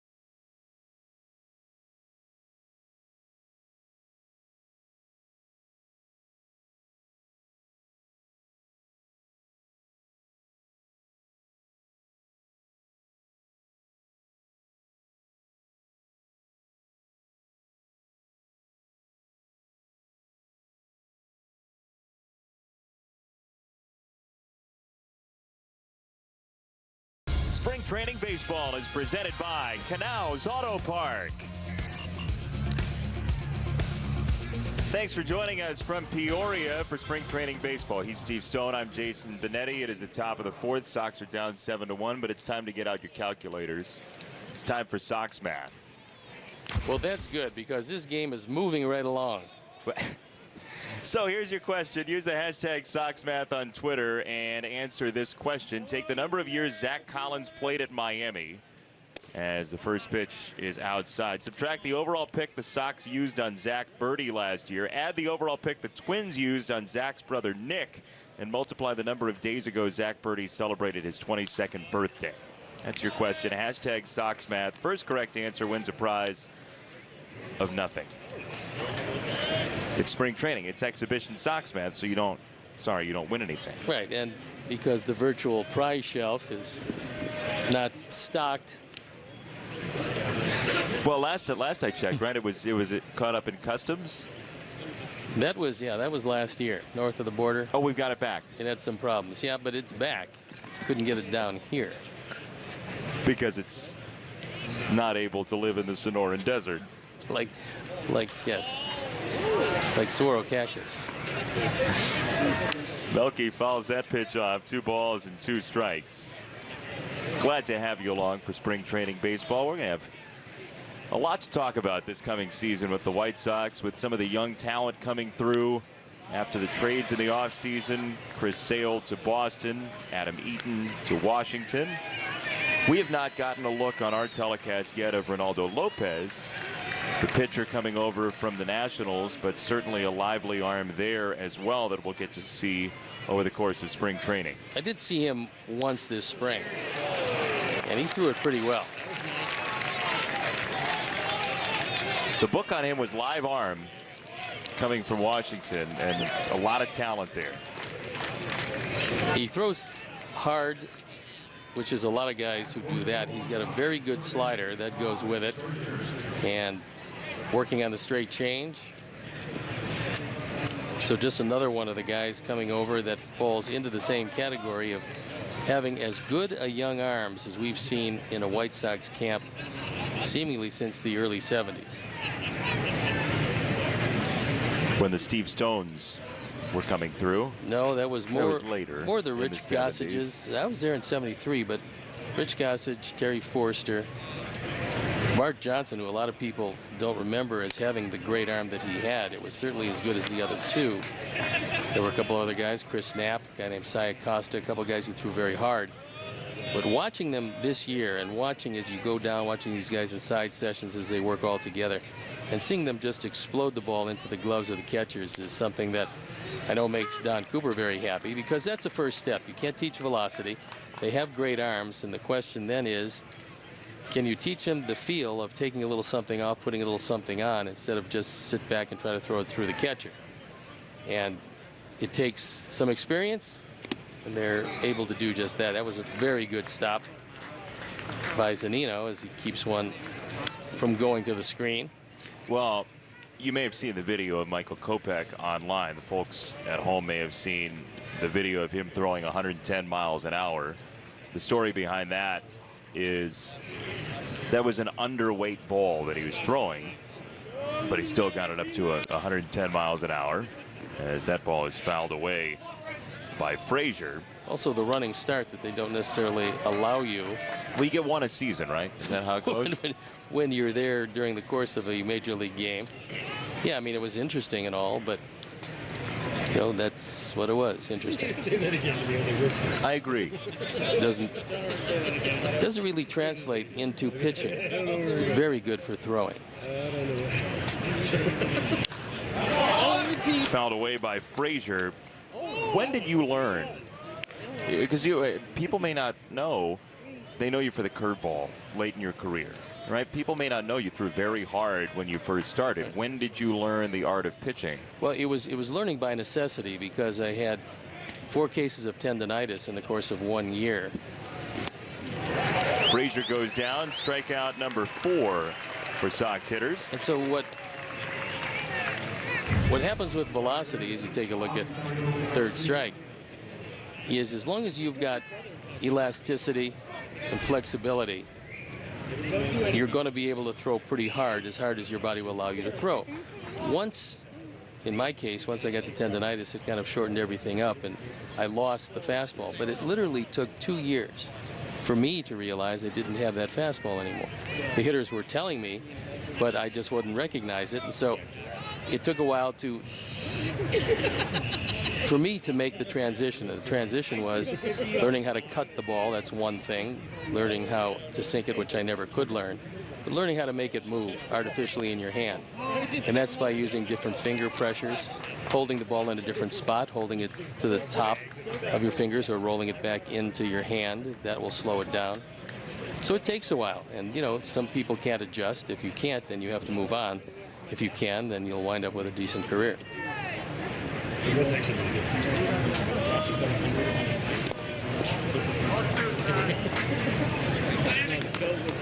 Paxton's still in. This is his 4th inning of work.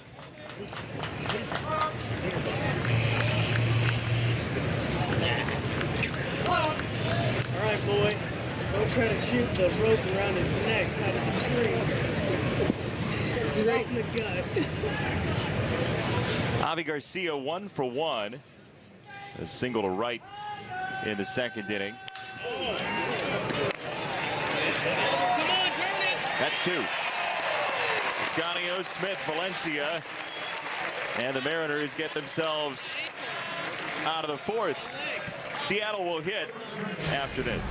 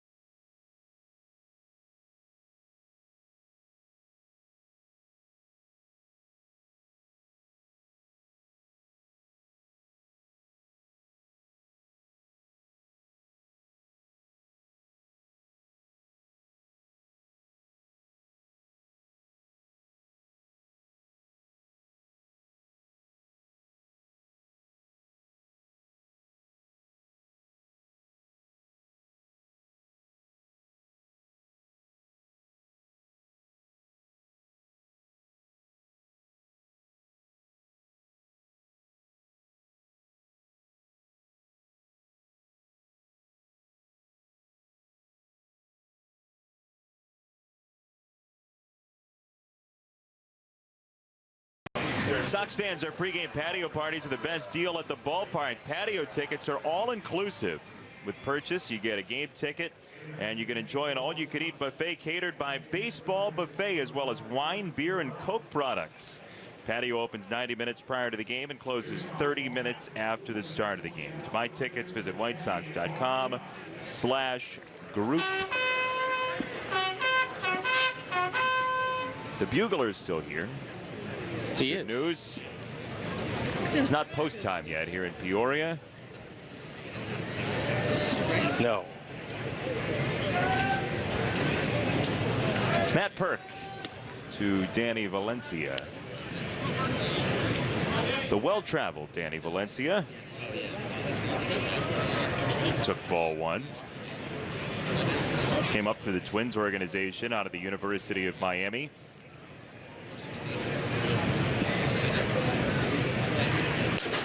Mariners came into this game with the #1 batting average in all of baseball in spring training. And everyone, with the exception of Danny Valencia, has been on base at least once through the first 3 innings, which normally does not bode well for the scoreboard. The Mariners, for all the changes, Seattle did have the 8th best slugging percentage in Major League Baseball last year. They could hit the ball last season. They lost some guys, they've added some guys, and we've seen the new guys on display so far this afternoon. By the way, Everett Cabrera is in at third for the Sox. Todd Frazier's day is done.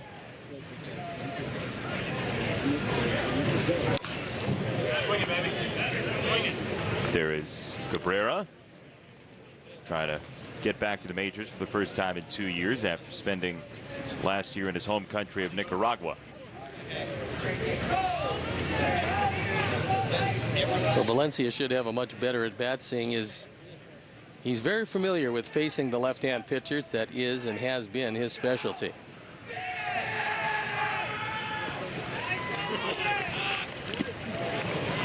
This time he goes down swinging, and Valencia decides that running to first base is beyond the pale for this fourth inning. Good breaking ball in the dirt, and nice block by Kevin Smith.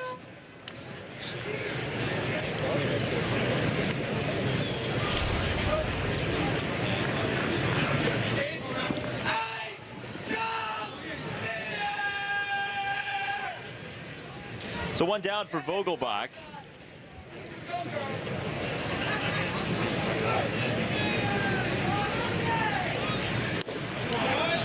And Perk is in there with a strike. Sox and Cubs coming up on Friday. You and Hawk will have the call from Camelback Ranch. You're going to be doing a little basketball. That should be interesting. A lot of games on tap for you, and a lot of games on tap for all basketball fans. And March Madness, that's a really exciting time of year. It's fun. You never know when the Golden Flashes are going to make a run. That Antonio Gates, Trevor Huffman team, what, 14 years ago, something like that? I know you followed them very closely, Kent State, you being one of the most prominent alums. Very, yes. It's the basketball program actually took off, as did the baseball program, by the way. The football program, not so much. But they've had a number of #1 picks come out of the baseball program, and they've made it to the College World Series, where they, at the time, beat the #1 team in the country, Florida, which was somewhat of an upset. But it's nice to see them making it to the tournament after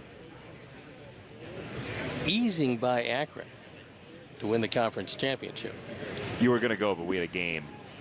I know you had your tickets ready, but the schedule changed a little bit, so couldn't make it to Cleveland. Oh, boy. That is a hot shot into foul territory. And hopefully everybody is okay as they're coming down to take a look.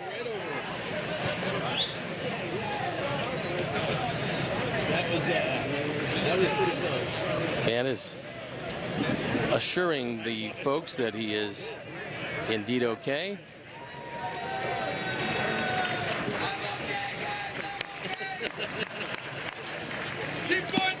A check swing, and Vogelbach is down on strikes. So back-to-back strikeouts for Perk.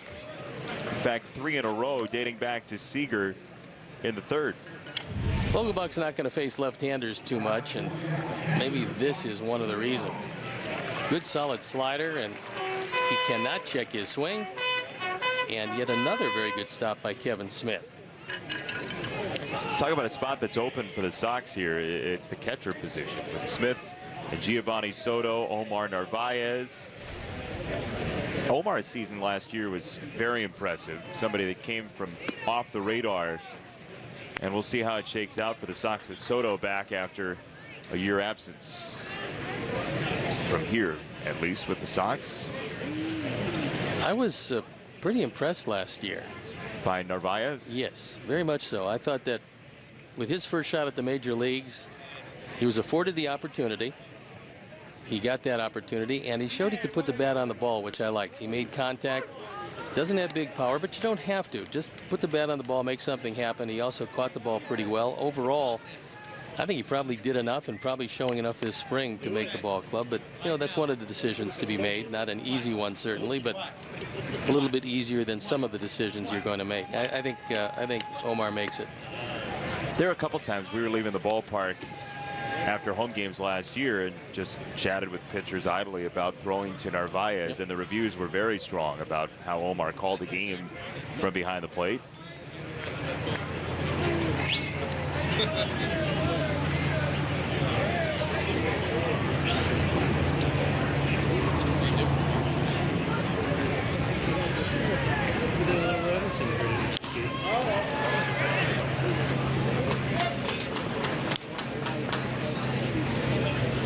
and two on Zunino. Hard to get a real bad shot here as you look around. Beautiful Arizona. Great place for spring training. And the weather certainly has cooperated, especially this last week and a half. It's been in the low 90s a good portion of the time. You saw the reaction by the fan behind the plate. Even if the net's there, the human reaction is to move out of the way. Watching the fourth row there, the Mariners jersey, the green one. Whoop. Nope. Well, see, you're never quite sure if the net is going to hold up. What with, you know, cutbacks and everything else and funding. You're saying it's trickled down to the nets, the infrastructure problem. Perk strikes out all three he faces in the inning. He struck out 4 in a row. 7-1 Mariners after 4.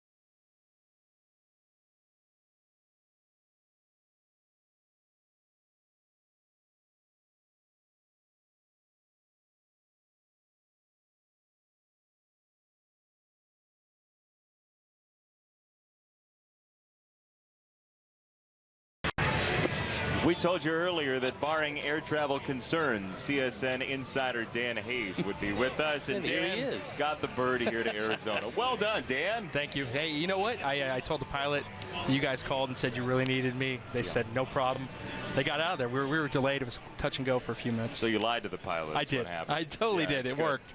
Good to see you, Dan Hayes. It's been too long. It definitely has. I'm glad to be back. So Charlie Tilson has been out for the Sox, right, with the foot injury, the stress reaction, as they call it. What have you seen in terms of his possible recovery? I mean, it's going to be a process, and he's talked about that. Even when he first had the stress reaction a few weeks ago, you could tell that he expected a setback here or there, but at the same time, he's been working hard, and he's definitely disappointed by this process. He wants to get back, and he thought he was getting there, and obviously another little setback here. It sounds like start the season on the disabled list, and that opens up a big opportunity for a couple guys. We had talked, Tyler Saladino's up right now. We had talked earlier about the story that you wrote a short while ago about Miguel Cabrera grabbing his mustache to pull him back off the leadoff. What's your deep file on Tyler Saladino's mustache? It's a pretty amazing one. He said it's inspired by Shredder from Teenage Mutant Ninja Turtles. Splinter, sorry. That's right. Shredder's the bad guy. Yeah, Splinter's the good guy. Yeah. Todd Frazier said he spent 20 minutes on his picture for media day, and you can see it. He's got some twists in there. Tyler did. Todd Frazier thought it was strange that Tyler was in the mirror for about 20 minutes, making sure it was just right. But those two have had a little bit of back and forth. We've seen Frazier tug on it, and so I asked him. I was like, Tyler, has anybody else done this with you? And that's where the Miguel Cabrera came out, and obviously that's a deterrent for stealing a base. Miguel Cabrera loved his mustache so much that when he was trying to lead off, he grabbed him and brought him back to the base. How about that? Is that your favorite story you've written about the White Sox? The mustache? It's high up there. Zach Collins apparently was named after Saved by the Bell's Zach Morse. Haven't written that one yet, but that's a nice pop culture reference. How about that? Yeah, young enough to be named after a 1990s sitcom star. Wow, that'll make you feel old real fast. Oh, yeah. I saw Mr. Belding is going to AAA Charlotte at some point this year, I believe, too. Probably get his thoughts on that move at the Zach Collins. You are really right in the hard-hitting stuff this spring training. I mean, it's what spring training's all about, the hard-hitting stuff. No, there's been a lot of good stuff to talk about with the prospects. That's probably kept us occupied these first month now. I mean, it's so easy when you see Michael Kopech and Lucas Giolito and Yohan Moncada, and you add in the guys they drafted, and I mean, when you have your top 8 prospects in camp, it makes it for a very interesting time, just learning who these guys are. In the air, right-hand side, as you saw Altavilla check in, and that wasn't the best play we've seen from the Mariners outfield, as Haniger couldn't reel it in. So you're just back from a little brief respite. Yeah. And are you here for the duration? I am here for the duration. Oh, so we're going to see you at some point later on this spring training as well. A lot more prospect stories to dive into. So awesome. Dan Hayes, thanks for stopping by. All right. Thanks, guys. Dan Hayes, CSN Insider. We got a new shirt for him. That's good news. The new logo is here to stay for CSN. And we always thank Dan Hayes. That's a great story about Tyler Saladino and the mustache, and Frazier taking a shining to it. Ground ball to Smith, and 2 out in the 5th. Altavilla, Steve, is one of those shining live arms in Seattle's farm system. But they got a couple of guys out of their bullpen that throw real well, and when he burst on the scene last year, they realized he could throw it hard. The question is, could he get the secondary pitch over the plate? We saw a very good slider that Davidson was able just to squib to the right side. So he's got one of the livelier arms. They've got a couple of guys out in that bullpen that throw exceptionally well. They believe the bullpen is going to be a whole lot better, especially with Mark Zipchinski, who came along. They had some problems last year in the situational left-hander department, getting that good left-hand hitter out late. And they didn't have a left-hander to combat him. Zipchinski, who's always gotten the left-handers out during the course of his career, and he's been with a lot of teams now. Oak Lawn product, by the way. He can get left-handers out. This drops in, a base hit for Kevin Smith.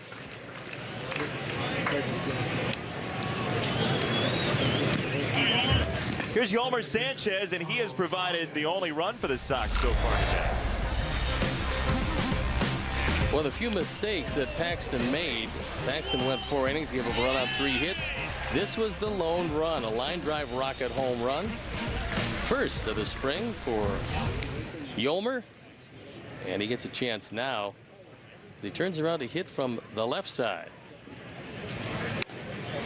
And he takes strike number 1 from Altavilla. James Paxton looked pretty good.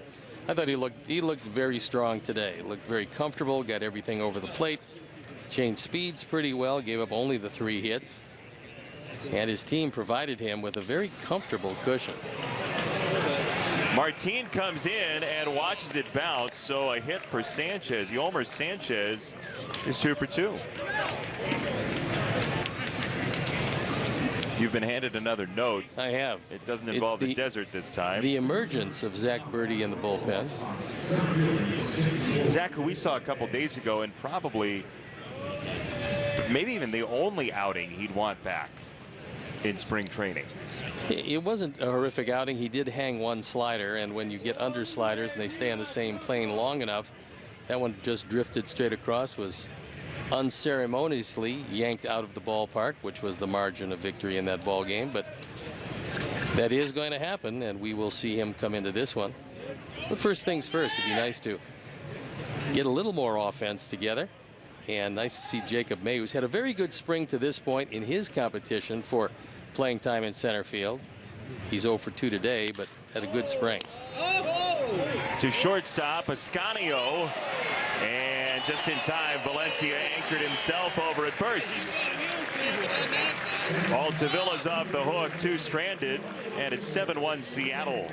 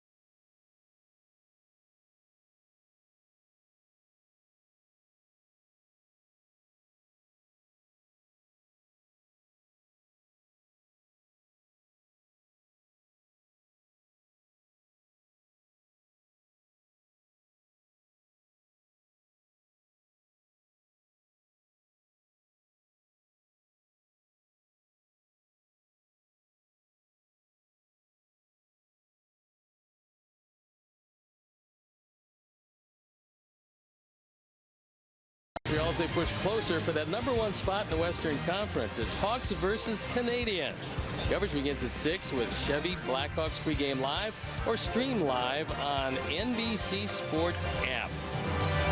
The Blackhawks, another great year for them. Congratulations to John McDonough and the boys. Looking forward to the playoffs and hopefully that #1 seed. Here come the Hawks, the mighty Blackhawks. They're pretty good. Yes, they are. You want to try and catch a game at some point this season? I do. Yep. And Zach Birdie would probably like to do that, but first things first, he's got to eventually wend his way to Chicago. A few more innings needed under his belt before this vastly talented young right-hander makes his appearance. But he's making an appearance in spring training. There you looked at the numbers. He's got a great arm, no doubt about that. #1 draft pick. Pick number 26. Going the White Sox way, and he'll have an opportunity to make a comeback from last time out. He was the subject of our Sox Math He question, was indeed. at least in large part. And here's your answer. Zach Collins played for 3 years at Miami.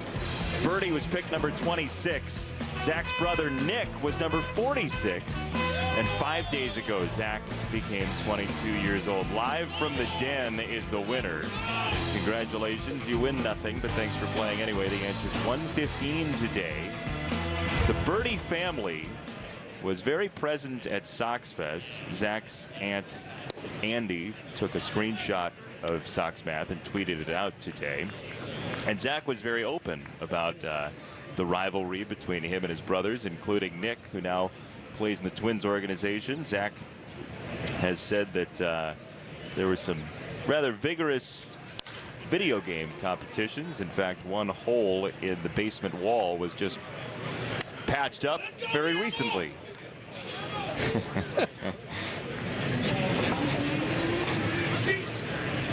Churned out some high-level athletes, though, certainly the Birdie family. Downers Grove.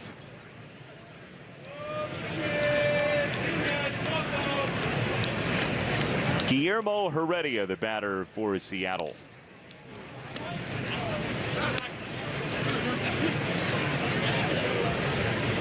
Zach's one of a couple Louisville guys in camp with the Sox. Adam Engel, who's been in the conversation for that center field position, is a Louisville guy himself.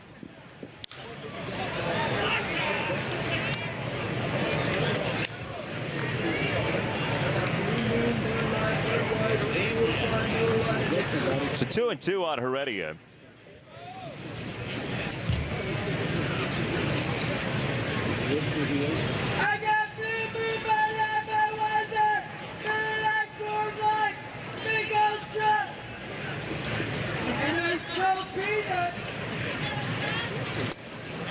That's a good slider for strike 3. Well, we showed you the Sox math answer. Today is a very important day in math circles, Steve. You know what today is? I do, because he was a hero of mine, certainly, and not one of my contemporaries, fortunately, but a man with ample hair. Who's that? Albert Einstein. Well, it's his birthday, yeah. Yeah. But there's also something numerically important about that's today. the one thing I don't like about math is the numbers. But outside of that, what You'll is? take it other than the numbers. Okay. There's strike. Today's Pi Day. It's 314, 314, and the Rockies have lined up. This is, we're told, Photoshop, but the Rockies have lined up jersey numbers to indicate all the characters of pi. 3.14159265358 Here's the pitch. Strike. But don't they need a few more players to actually take it to its logical conclusion, which is infinity? Yes. I mean, nobody wears infinity at this point, but we could work on it. I like the sign, though. This from the Colorado Rockies, who had, at least as of last year, I don't know if he's still on the roster in the farm system, had a player named Correll Prime, who we talked about last spring training. Had a really lovely prime number conversation that I'm sure you remember. How about Felix Pie? I believe that was PA. Oh, okay. Have you ever had any key lime PA? Yeah. Very tasty. I have.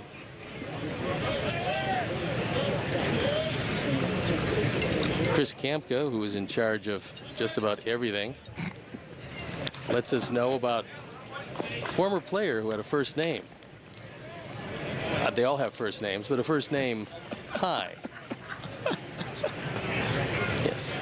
I don't remember another Pie besides Pie Trainer. Do you? I don't. Nope. Okay. Well, that's good. I know it does. 2 strikes on Smith from Birdie. And he got him off speed again. Strike 3. Well, a couple of very good sliders from Zach Birdie, which is something that he wants to work on today after having that problem last time out. But when you throw as hard as he does and you're able to do that, that's pretty good. Looked like it had more downward movement than the one he struck Heredia out. It was a little softer. So pretty good pitch, great location. Fastball outside to Ascanio. Is he the only Raider you've ever seen? Doug. I honestly thought you were going to say Bo Jackson. Oh, geez. No, I'd never say that. Wait, that's not okay, but Doug is. The line keeps moving in multiple ways. Birdie with a nifty 5th 7-1 Mariners.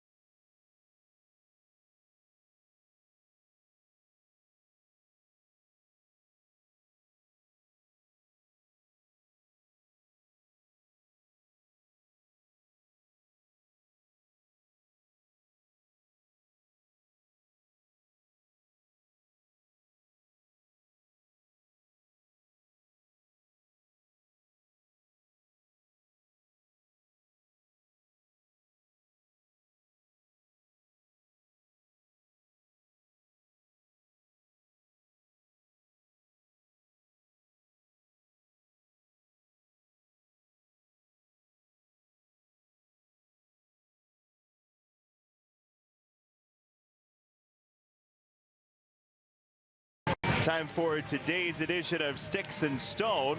We were talking about math earlier. So, Steve, how'd you do against Mario Mendoza, he of line fame? I would like to believe that he hit below the Mendoza line against me, but I don't really know. I remember being a small right-hand hitter of not a great deal of power. I would say this would be an upset. He probably did great against me. You think so? You think he was well above the Mendoza line against you? I would think so. The Mendoza line being 200. For some of you who are not familiar with that, so we do have a new pitcher in the ball game, and it is Nick Vincent, who in 3 games has not dazzled to this point. He has given up 3 home runs, however. So he inherits a very comfortable lead for the moment of 7-1. That's something Rick Renteria has been talking about to his pitchers. Situations like this, in terms of simply pitching to situations. He doesn't want guys to pitch to situations. He wants a reliever to come in and quote-unquote mop-up duty and pitch like he's trying to save somebody else from having to go in. Essentially saving the bullpen for tomorrow. Rather than letting 3-4 runs up, you got to get somebody else. I would think that anything you can do to motivate guys coming in that probably are not going to get a decision is one of the best things you can do as far as using a motivational tool. Because years ago, when you had closers, you had starters, you had maybe a setup man, although they hadn't come into vogue quite exactly. But what happened was guys who fell into middle relief were failed stoppers, failed starters. So it was the only position on the team where you actually didn't win the position, you were there by default, which made it the most difficult to fill, because guys who didn't make it as a starter were thrown into the bullpen. They weren't happy they didn't make it as a starter, trying to work their way back. Guys who couldn't make it as a closer were put in the bullpen. And so you had a spot that you actually won by default, which made it very difficult because guys were there and you were there because you were eliminated trying to win someplace else. It's the only spot on the entire roster that you won by default, because any other spot, if you were the second baseman, you would win the second base job, or third baseman, or wherever it is that you would win, except for that. So what Rick is trying to do is give guys who are in a spot that they might not necessarily want to be in some sort of incentive to go out there and get the job done. And then I'm sure that he would go up and explain to them that he was very appreciative of the job that they did. Nice job keeping us out of the bullpen so that you can be a little fresher for tomorrow's game. The last thing you want to do, I mean, say it's a regular season in a spot like this, have to get the closer up 7-1 in the 9th. And we saw that a couple times with the Sox last year, especially late in the year.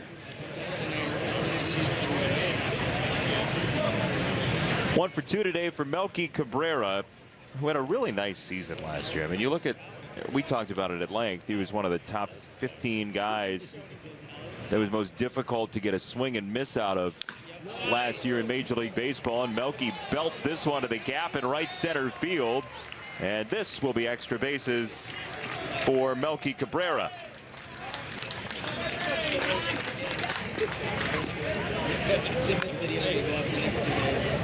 Melky had a good solid year last year. Can swing the bat from both sides of the plate, not much doubt about that. He's going to be done for the day as he leaves the ball game after this double. He's going to end it 2 for 3. Reimer Liriano is the pinch runner for Melky.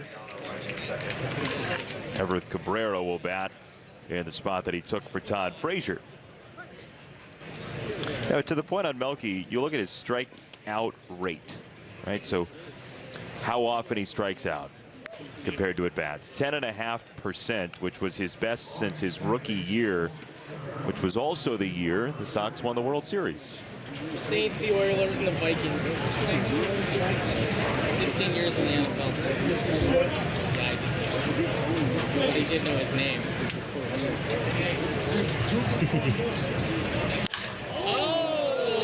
Cabrera, left center field, and this ball is up and out.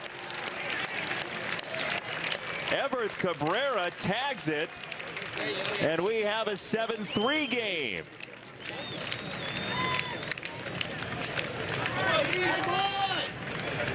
Home run number 1.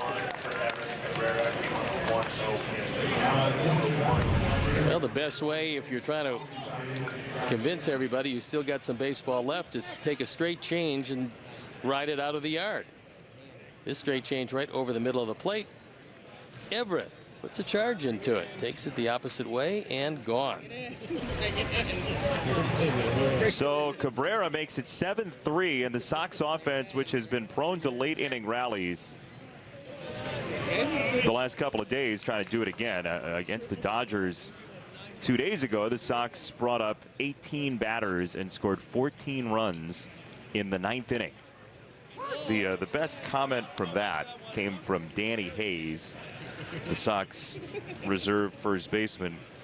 It seemed like every 30 seconds a new runner was coming into the dugout, says Danny Hayes about that rally.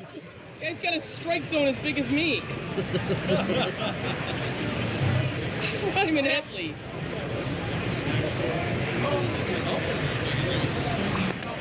Javi takes a short hop, Nobody on base. ball It's 2. okay.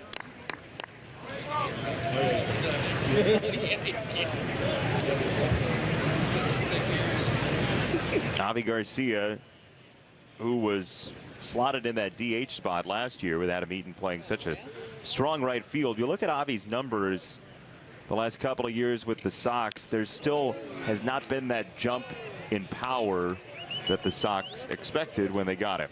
Well, that's why Todd Steverson is working on swing playing to try to get him to hit a few more fly balls, because he's strong enough to hit everything out of the ballpark, and he can do it any field. It really doesn't matter very much. It's just a question of him taking those line drives that he hits and getting them up in the air. He hit the ball awfully hard the first time up, but he grounded it to the right side, turned into a base hit. Then hit the ball very well the second time up, only it was a ground ball at the double play, and there's Todd Steverson. Use the force.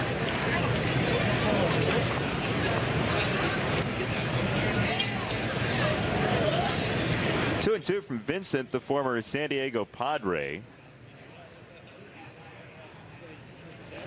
That is ball 3.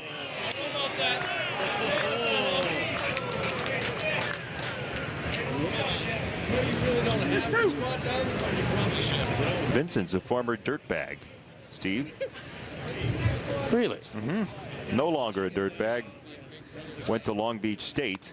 That's what they call the baseball players at Long Beach State. And ball 4, Garcia walks. Pretty good program there. Got a couple guys who can do it. Get some shortstops that have come through. And the occasional third baseman. That's where Evan Longoria was from. Jared Weaver. Some good players. Troy Tulowitzki.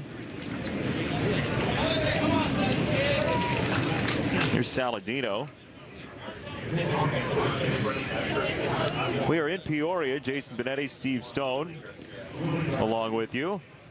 Jim Angio in the truck. Chris Kampka. Michelle Godwin is here in the booth, laughing at most of Steve's jokes for money. There's strike 1 to Saladino.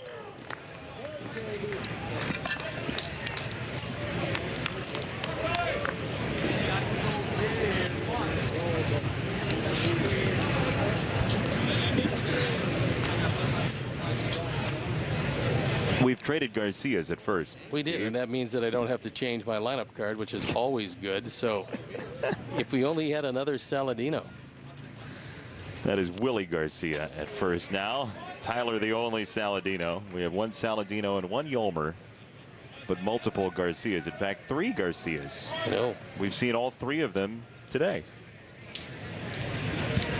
Saladino, the 6th hitter in the lineup, as shown by our neat little tool on the graphic. And Tyler to right field for out number 2.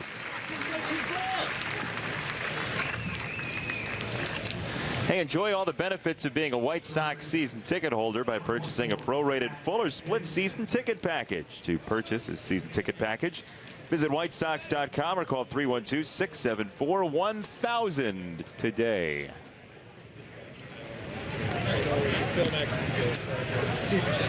You're giving me a look.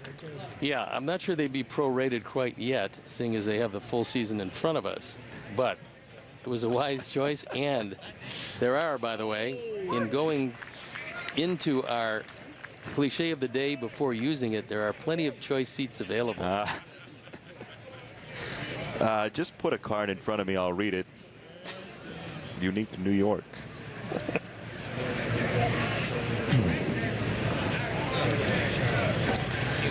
One strike to Davidson, who pumps this one on the ground into right field. So 2 on for the Sox with 2 out in the 6th. By the way, why are you wearing long sleeves today? It's like 85. It is. Actually, it's going to be warmer than that, but it isn't necessarily the heat, because my body temperature is regulated consistently at 59 degrees, which is why I will live to 140. Actually, it's because of the same reason why I have these little Band-Aids periodically on my head. I want to make sure you had that something removed? Yeah, a number of things, yes. But yes, trying to shield myself away from sun damage. Oh. I always wear long sleeves. Sun really gets into these boots. That roof doesn't do much for you. Well, I was down on the field for hours before the game, getting all the information I possibly could. Tilling the soil as well. Especially because both teams were not down there, so it was free. It's a good place to be before the game. If you saw Steve walking around before the game just yelling, "Where's the information? Where's the players? Where are they? What happened? Can I talk to anybody?" Usually gets you into some really great conversations, saying to yourself, "Can I talk to anybody?" Smith lifts it to right, and there is out number 3. Sox do get 2 on the 2-run home run for Everth Cabrera. 7-3 after 5.5.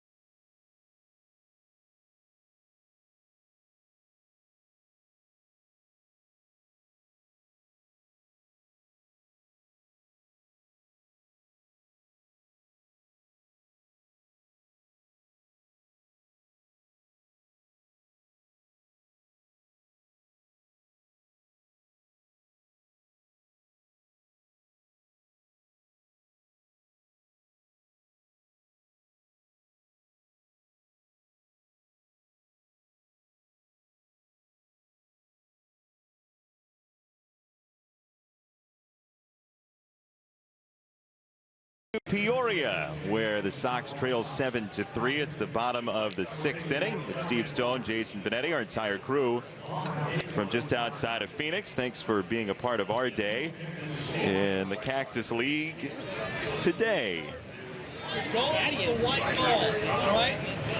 New pitcher coming in. It is Aaron Bummer. Nobody's disappointed. No, and he's on for the 5th time. ERA up there, trying to find a spot for himself.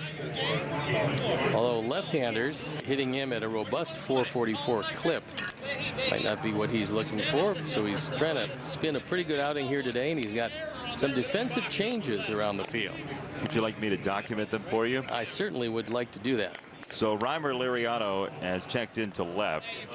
Willie Garcia is in right, and Danny Hayes is over at first base.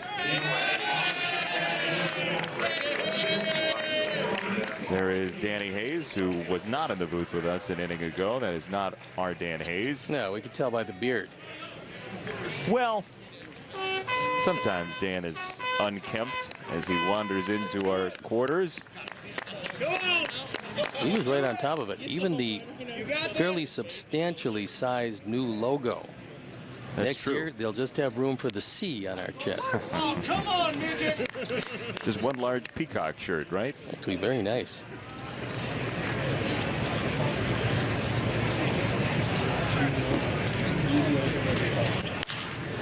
Leonis Martin now 0-2 from Bummer, the left-hander out of Valencia, California. A couple of singles for Martin. He scored a run in that 4-run first inning.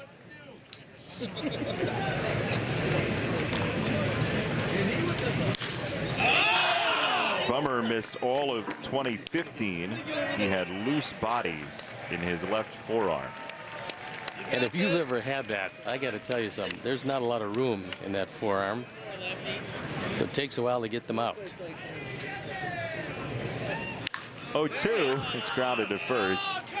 Danny Hayes with the pick. And there is out number 1. Peoria, Arizona. Aaron Bummer's home for high school.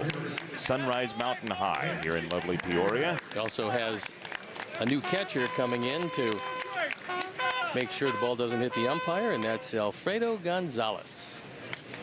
Thanks for rounding out those changes. That's the interesting part about spring training, is finding out just how many numbers they have between 80 and 100 Something that, like that appear in your game. 3.1415. That's pi, huh? It is. Pretty easy. Haniger, a launch to right field. Garcia's after it, and he won't have a play on it. Haniger's on his way to third, and he's there. You can understand why this man has found himself a spot to play every day in the outfield of these Mariners. Third hit today. This one he crushes to right center field. It's a high fastball.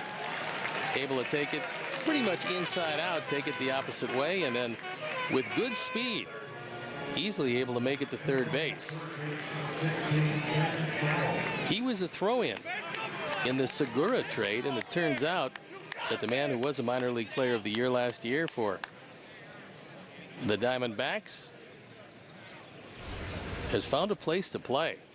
Isn't it amazing what a little confidence and a little playing time can do for somebody? Haniger said one of the things Jerry Dipoto told him when he came over is, we want you here. We want to find a place for you to play. And that wasn't exactly the case in Arizona for him. It wasn't the case at all. Now, and sometimes it takes you a move to another organization to get that opportunity.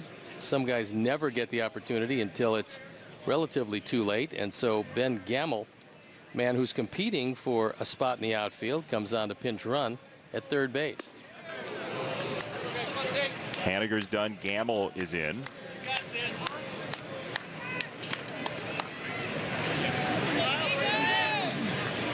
He is competing for the one slot they have in that outfield.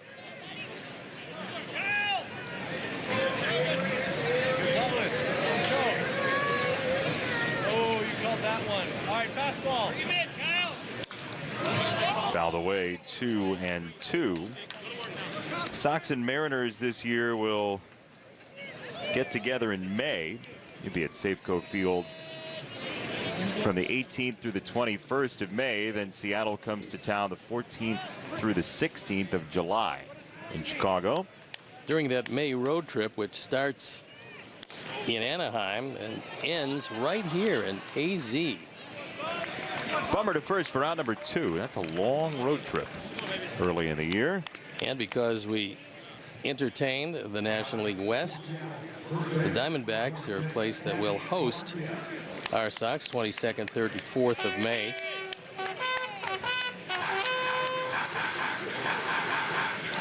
And Seattle in right after the All-Star break. This unbalanced schedule, 10, 15 years ago, you get to Seattle, you get to see Seattle at least twice in your ballpark, get to go there a couple times as well. But now it's so heavily division oriented that,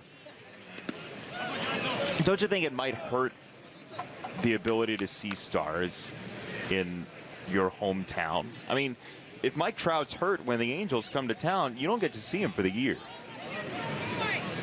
Which isn't a bad thing if you're a pitcher. But as a fan, you want to see the guy. You want to see Robinson Cano. You want to see Griffey back when he was with Seattle. But you have to balance that out against winning your division against teams that not necessarily are in your division. And that's one of the reasons why they have the unbalanced schedule, is because if you win the American League Central, a lot of people feel it should be against American League Central teams. Yeah, but if you ask a fan, yes, is the fan going to say, I really care about competitive advantage, or I want to see A-Rod, or whichever player it is? Which matters more to the fan? Well, so judging by that, if a fan says to speed up the game, let's play 4 innings, you would ascribe to that theory also. Not necessarily. Sure. I'm saying that it's something to take into account. We have. We've discounted it. Now we have the unbalanced schedule. You didn't take it into account at all. I did. I thought about it. I've been thinking about it consistently. You're weighing throughout the this spring. Scales of justice seem to really lean very quickly there. That's a strike called. It is 3-2 on a rather displeased Danny Valencia from Bummer.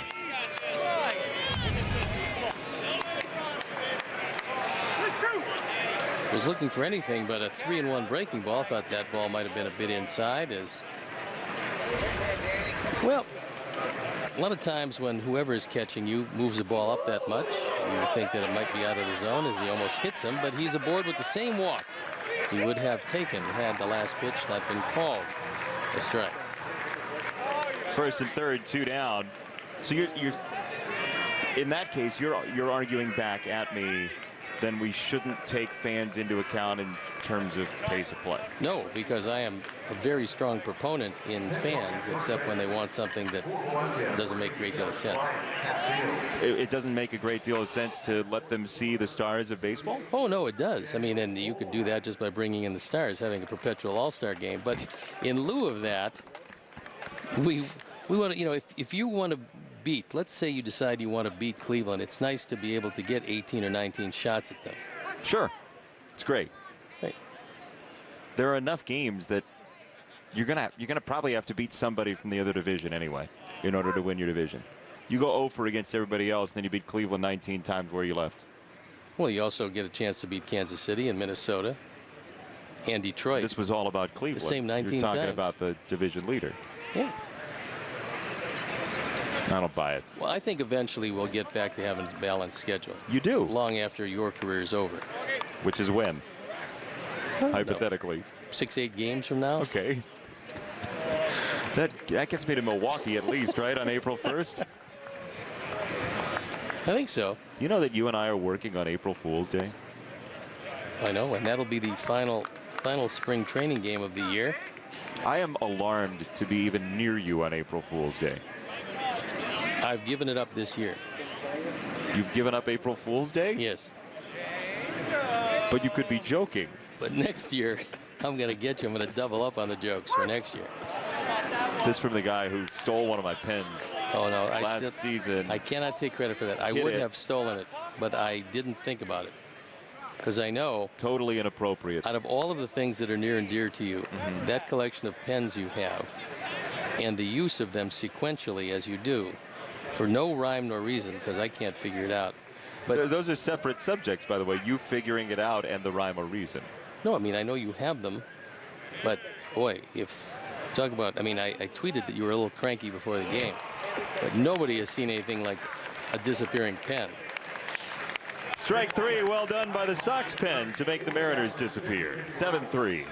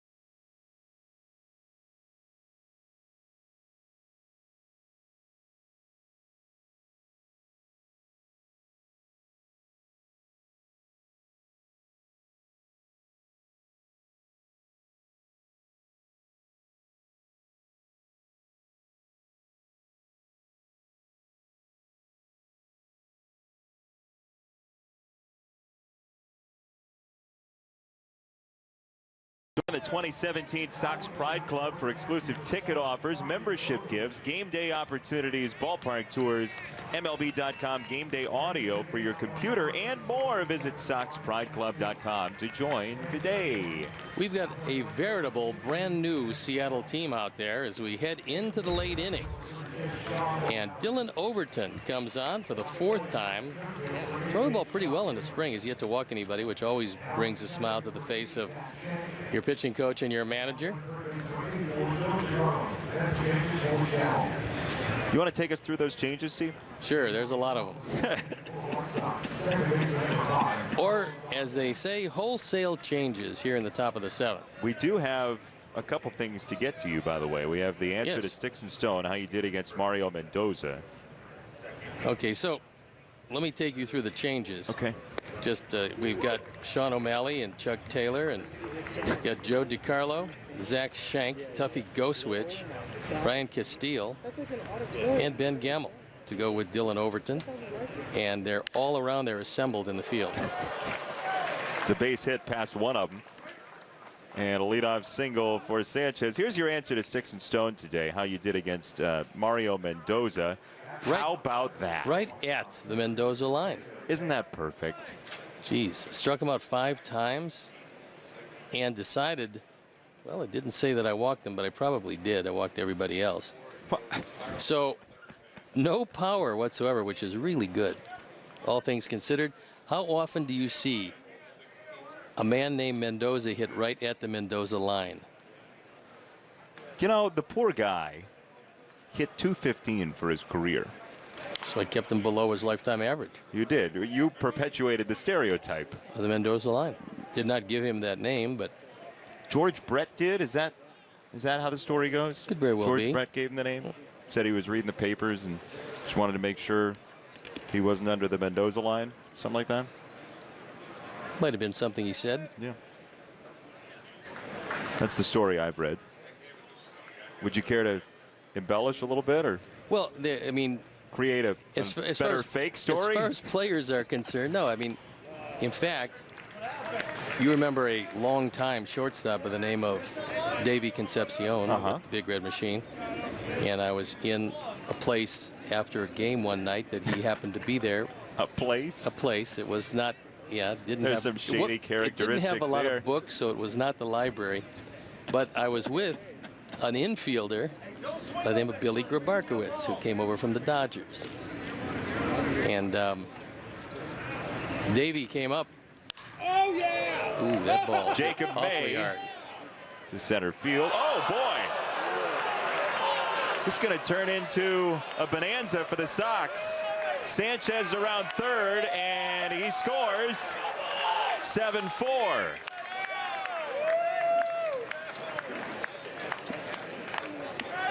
Little goes a 3-base hit, a ball that should have been caught but wasn't. So Jacob May with his first hit of the day. Chuck Taylor had his dancing shoes on out there in center field. And this ball hit very hard, but Taylor is there. He can't pick it up as he loses it completely, and that's hence the 3 bases. But get back to Davey Concepcion, Billy Grabarkowitz, which was a riveting story before that triple. It's the first time that segue has ever been used, by the way. And he asked Billy if he had changed his name to Elmo. And Billy said, no, why? He said, because every time I look in the paper, I see E. Grabarkowitz. And so that was very much like that double down the line.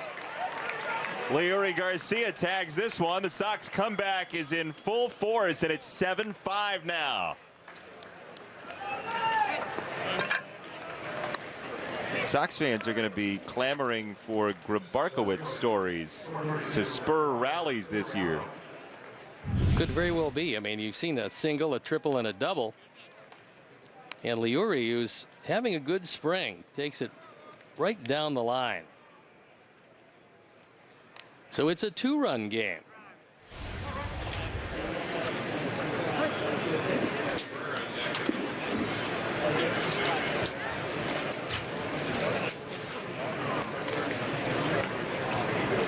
So here's Liriano, who takes ball number 1.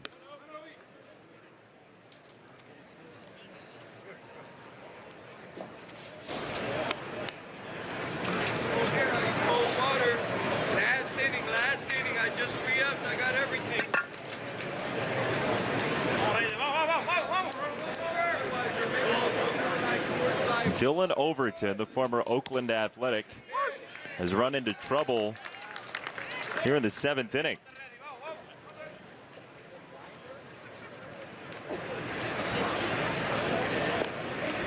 He was the part of the 12th trade of the Mariners this offseason.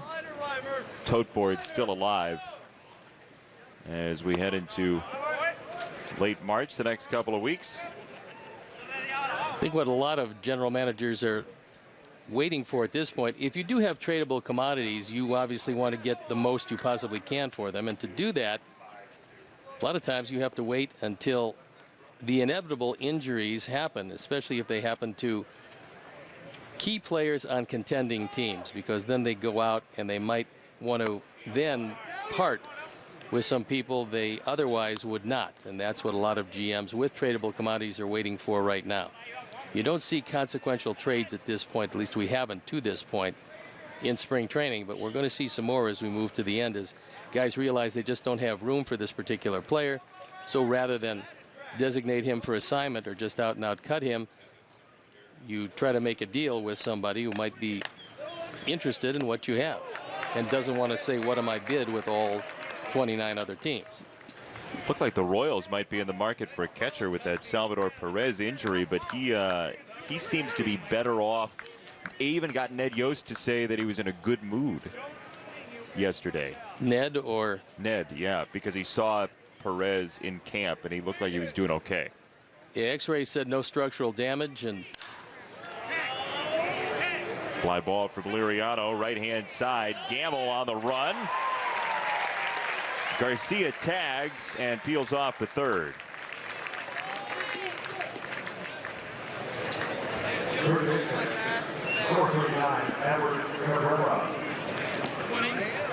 Well, the World Baseball Classic, what you hope for is, you hope for your players to do well, but you hope they emerge without getting hurt.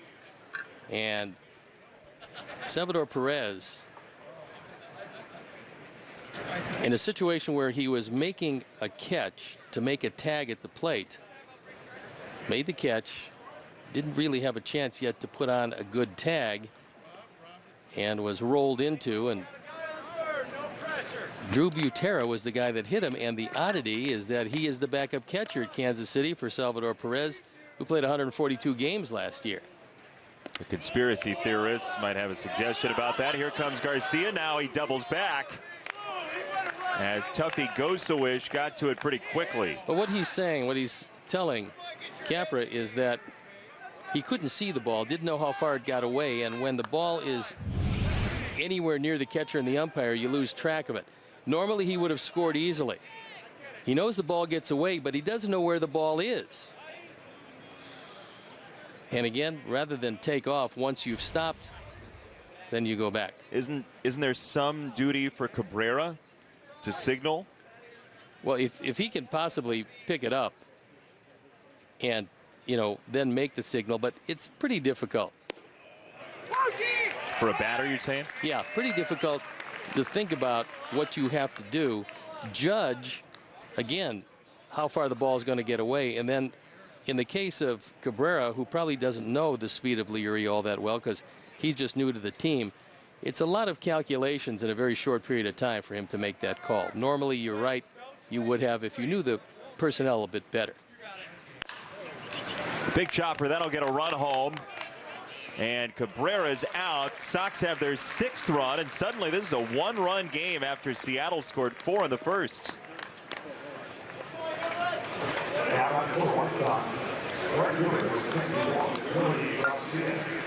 So here comes Willie Garcia, who bats for Avi Garcia after the run scored by Leury Garcia. The joy of spring training, wall-to-wall Garcias.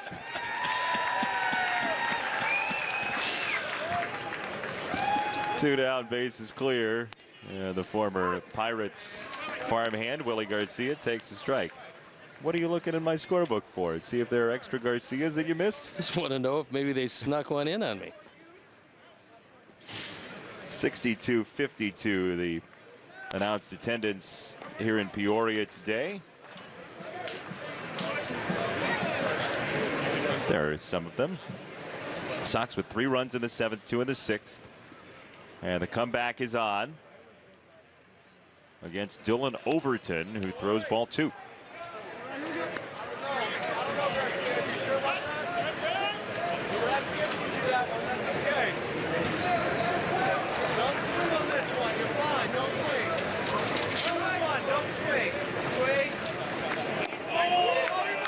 Checked it up, and he did go.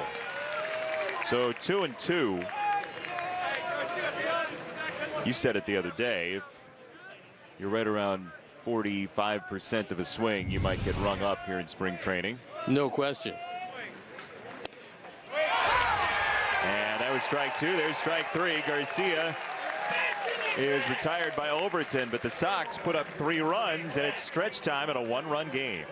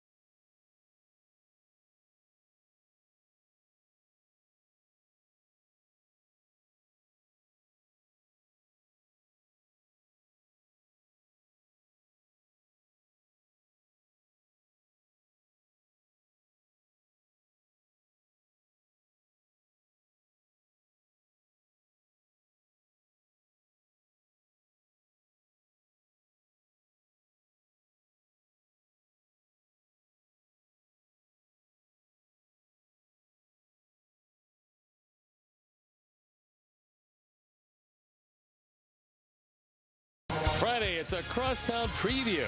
Our Sox host the Northsiders in an exciting spring training showdown, and they always are exciting. We're live from Camelback Ranch. Coverage begins at 2 on CSN, brought to you by Canals Auto Park. That was a tremendous ad-lib. Thank you. Put together there. Well, sometimes we need that. I look forward to... Most of the times we don't. Only sometimes. Tommy Canely is on. Steve Stone. He is that, and he's on for the 5th time this spring. Tommy at times last year showed that with a 98-mile-an-hour fastball, he can make hitters look very bad if he gets it over the plate. That's been the key, and that is usually the key with just about anybody, but especially a hard thrower. So he comes on in what is suddenly a 1-run game. You know, Steve, this is a very important anniversary in baseball. Do you know that? Well, every day is. Something happened every day. Most days. But 1993. Yes. Marge Schott's dog Shotzi, as Cabrera makes the play over third. Marge Schott's dog Shotzi has been, that day in 1993, was prohibited access to Riverfront Stadium for the season. That day in 1993. No more Shotzi. Well, having been on the field at assorted times with Shotzi, I can understand where they would stop the, at the time, the lovable hound from, well, spoiling the surface, the artificial surface. From being an impromptu relief pitcher. And they had to have a complete Shotzi crew to follow the dog around. How do you get hired for that, by the way? What was the hiring process like to be on the Shotzi Well, I don't know. trailing crew? Yeah, there was some tough days for the boys. Oh, yeah! Bunt for O'Malley, and Gonzalez couldn't handle it.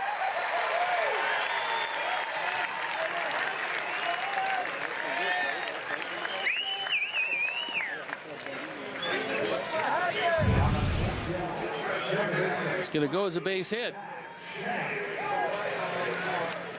And took a little backspin and then flipped out of the glove. So O'Malley's aboard. He's one of those guys that's bidding desperately for a job as a swingman or a bench player, depending on where they need him. O'Malley can play a lot of different positions, and he just bunted his way on. So 1-on-1 out for Zach Schenk, who's in the spot previously occupied by Tyler Smith. Schenk, a former 28th round pick of the Mariners 4 years ago out of Marist, where he played for the Red Foxes.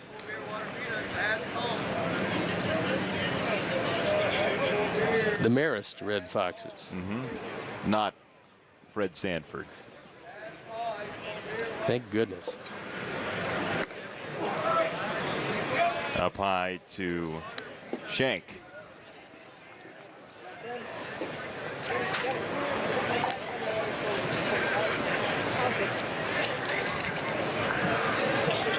For those of you out there who might want to know, hey, how do I get a message on the scoreboard at the ballpark?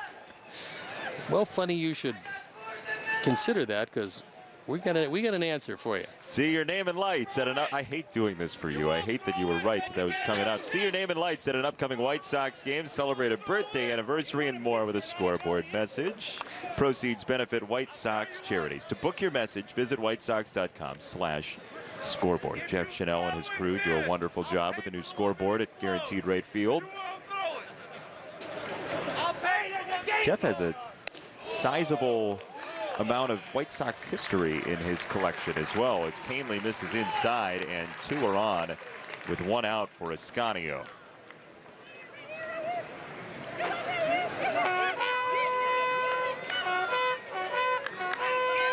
Evidently, Jeff, he's been around for quite some time, by the way. Yeah, Jeff has his kinfolk in our truck. His son Steve is in our tape room. He's not just there, he's working the machine. So this is not a patronage job? No, he's doing a very fine job. And Nate, Jeff's other son, is our technical director. So when Jim Angio calls for cameras, like he just probably said, take camera 2, Nate hits a button and goes to camera 2. It's more than you wanted to know about television production today. Or the Chanel family. That was a rather half-hearted effort by Ascanio and by Steve Stone. 2 strikes, bottom 7, 7-6 Mariners.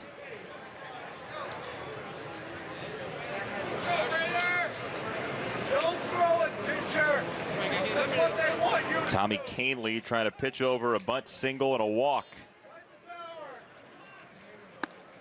Up and out. We saw Tommy Canely a bunch last year. Came into the game in a couple of tough spots and struggled to keep leads at points. Other times you see that lively arm. When he's getting the ball over the plate, he's been very successful. And there's a lot of front offices around baseball right now trying to find that one extra spot out of that bullpen. That'll be one of the decisions made by most clubs as we get a little later in the year. Runners are off. Ascanio in the air to right center field, and May is there to make the catch. Good thing that that ball was hit, because easily stolen, and it's a double play to end the inning. There was some question at second base on O'Malley, and it is a double. Did he pass him on the base path? That's what they said. How about that? 8-3-6 it goes. 8-3-6 double play. We're done with the 7th. The Sox need a run.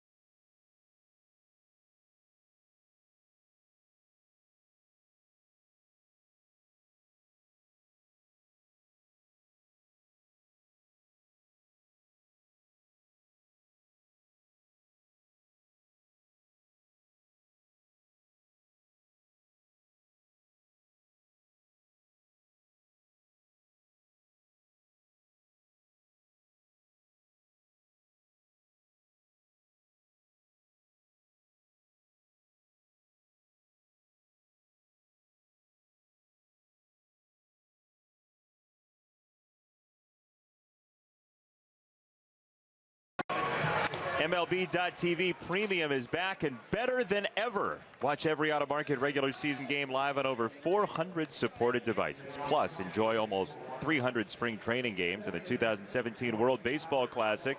Blackout and other restrictions apply. Visit MLB.TV for details. One of those devices, not a microwave.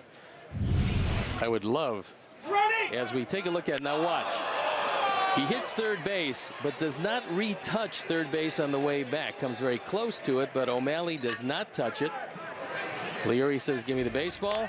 He gets it, tags second. That's the double play. And once you touch a base, going to the next base, if you're going to go back, you have to retouch before coming back, and O'Malley didn't do it.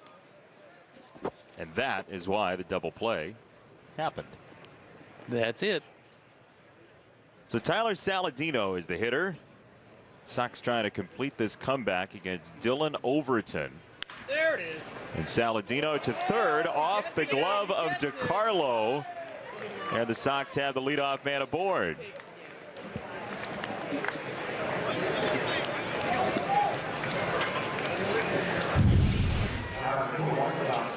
Not a difficult play because it hits the grass and not the dirt. And DiCarlo just misses it.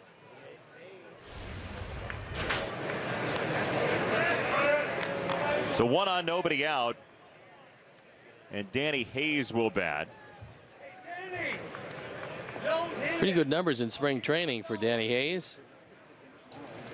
All right, $2. Swing, but don't hit it.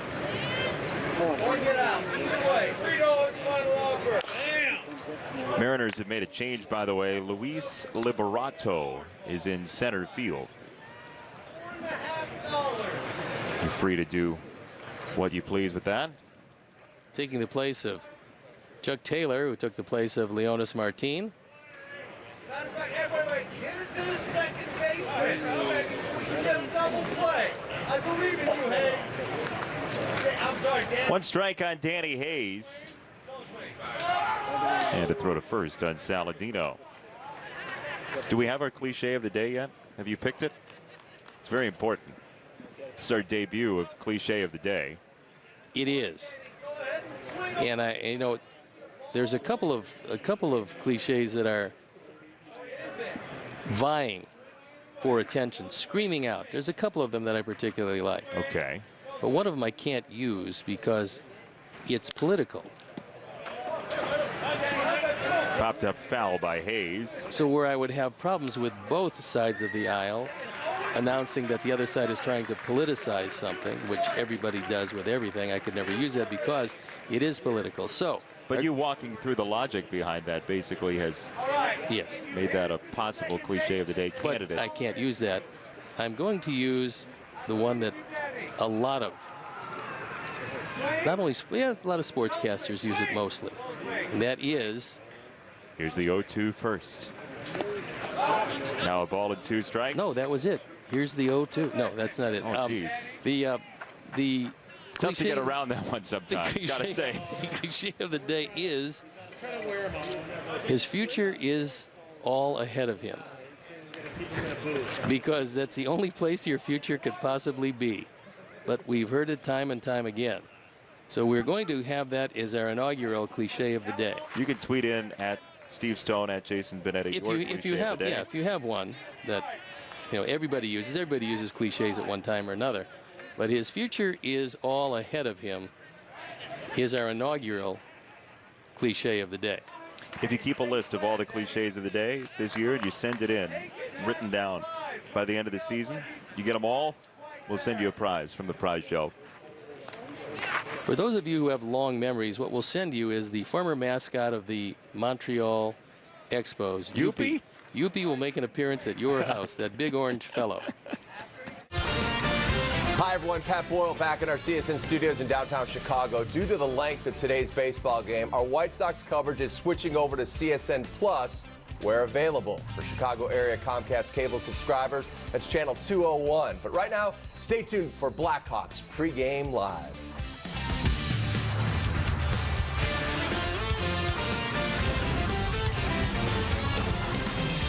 This is Chevy Blackhawks pregame live.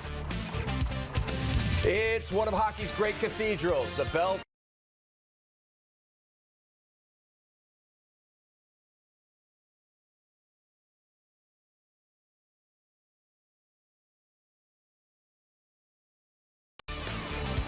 What's up? Welcome to Blackhawks Pregame Live, presented by your Chevy dealer.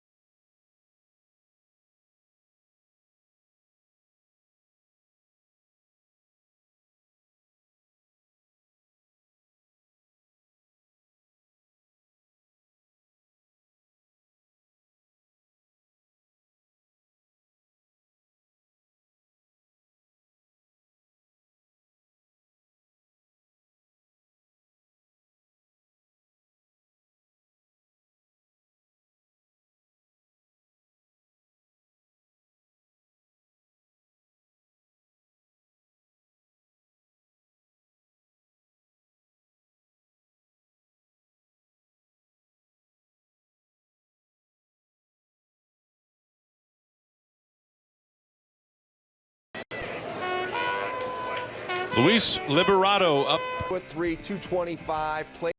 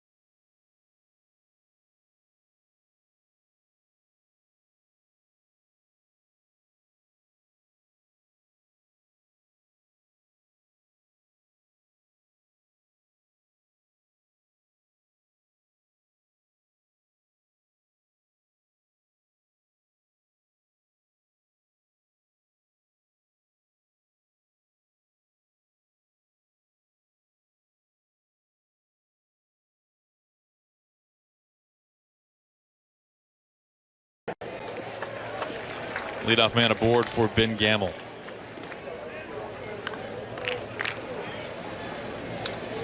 Gamble has clearly put on some good weight over the winter. Acquired late last season from the Yankees.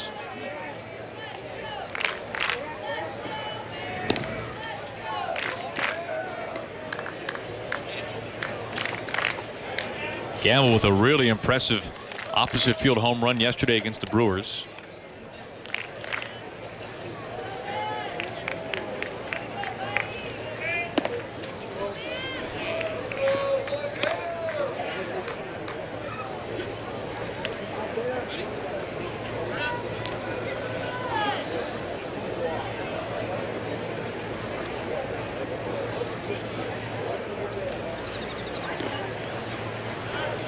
One guy we have not seen at all so far this spring training, at least on the field, is Steve Cishek. Steve, of course, coming off of hip labrum surgery during the offseason. He was told that it would be a 1-hour procedure. It turned out to be closer to a 4-hour procedure. It resulted in Steve being on crutches for 2 months. It was a big offseason in many ways for Steve and the Cishek family, celebrating the birth of their second daughter. But Steve is rehabbing well here in Arizona, has begun to toss up to 90 feet. 120 will be next. And then, although Scott Service has not put a timetable on it, Mike, you can tell that barring the miraculous, we will not see Steve Cishek on the Mariners opening day roster. He'll be on the disabled list. But if all things go well, I think there's a pretty good chance we're going to, of course, be seeing him in April. All goes well. Yeah. That's just what, and that's the reason why they're not in a hurry to rush him along. Make sure that he is healthy, get the work in that he needs to get in, so that when you do get him, you hang on to him and he doesn't have any problems because you tried to rush him along.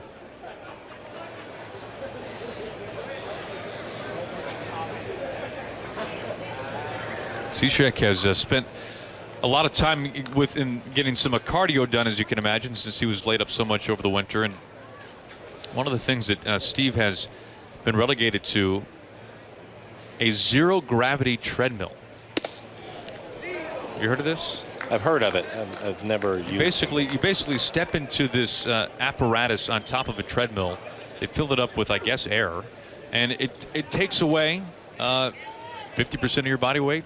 Now, Steve at the time said he was running at 90% body weight, which of course it takes some pressure off the hip, and as he's recouping. So Steve, when the guys are out here on the field, is most of the time back in the weight room or getting some cardio done. Strike him out, throw him out.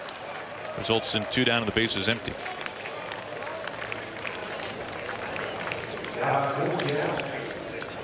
Well, it's a giveaway guaranteed to be a hit. Wednesday, April 19th is Ichiro History Bobblehead Day. This collectible commemorates the former Mariners hitting milestones. And thanks to Root Sports, it's free to the first 20,000 fans when the Miami Marlins and Ichiro himself face the Mariners. Tickets at mariners.com. Some interleague play early on in the season from Safeco Field. Of course, Ichiro finding career hit number 3,000 in the States last season in Colorado against the Rockies.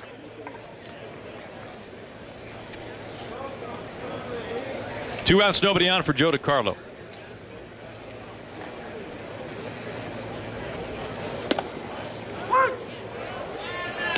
And it's quickly 0-2.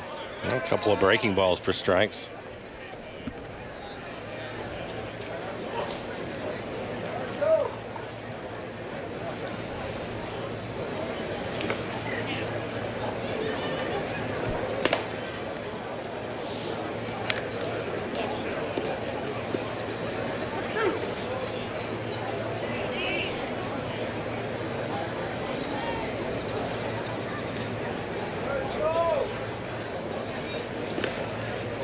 Guaype's 1-2.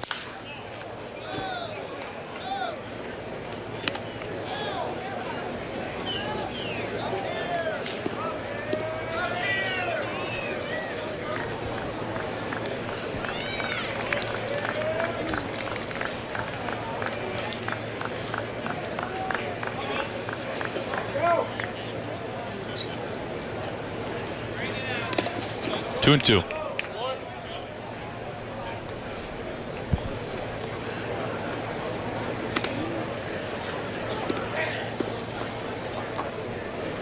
Now the White Sox have come storming back in this game to make it a one-run game. We'll see a new Mariners pitcher, it looks like, when we get to the top of the ninth. Dylan Overton stranding a runner in the top of this eighth inning and striking out the side.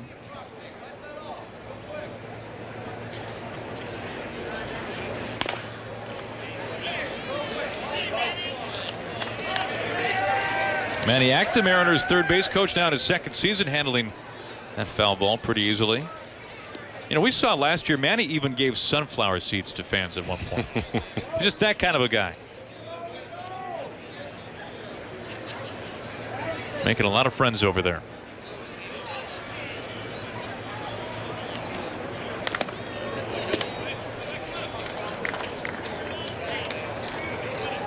Of course, Manny twice a former major league manager. That's one thing we saw last year with this coaching staff for the Mariners. Scott Servais, a first-year manager, really surrounded by guys who had done it before. Manny, of course, one of them. Tim Bogar taking over for Ron Washington a couple of seasons ago with some experience as well. Manny's pretty excited about the team's speed. He's going to be having a pretty sore arm early on. What we've seen so far here in spring holds any water. Let's take a look at this.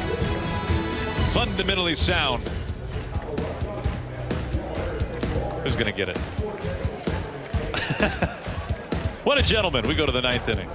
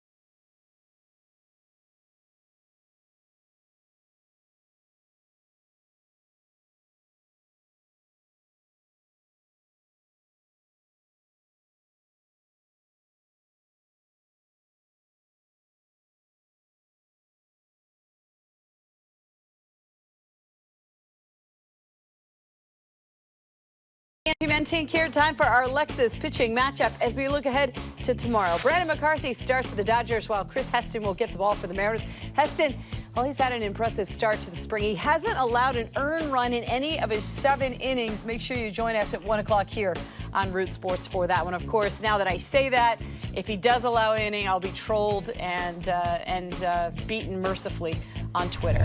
Aaron, back to you. Oh, we're really rooting for Chris Heston tomorrow now, Ange, for many reasons. We start at the top of the 9th. James Pazos, the new pitcher for the Mariners, the lefty, spent some time last season with the Yankees of the major leagues. Pazos to face the top of the order. It is Jacob May, who has gone all the way here today for the White Sox.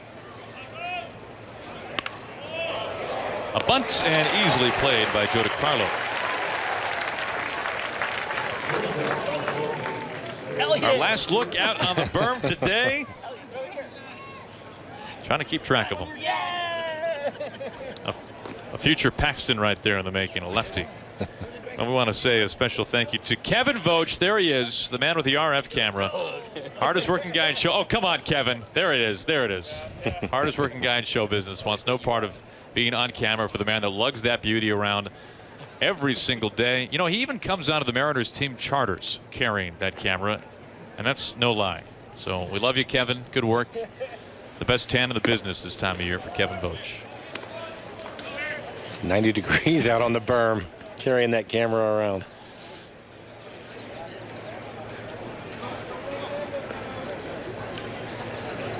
Kevin is always in far too good of a mood for somebody lugging that thing around. 1 out, nobody on.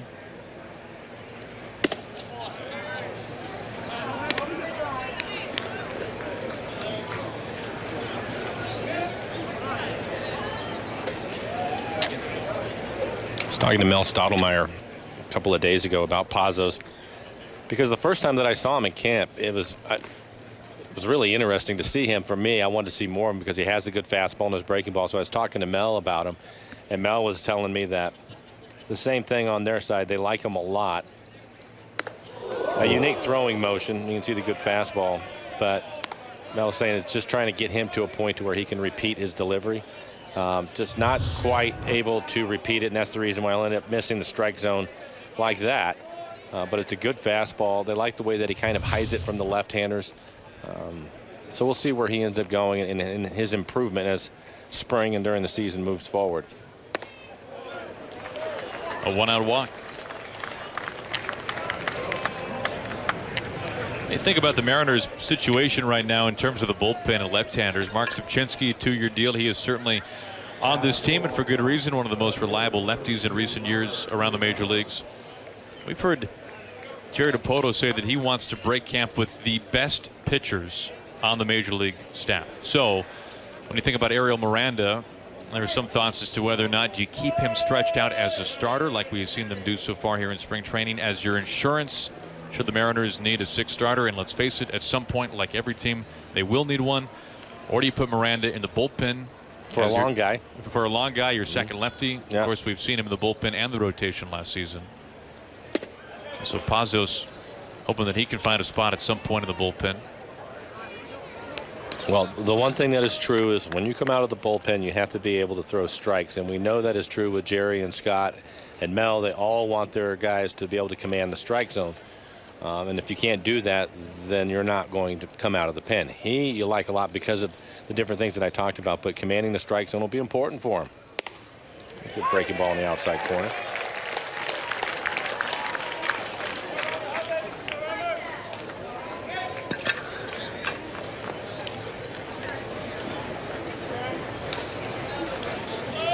Tying run is at first base.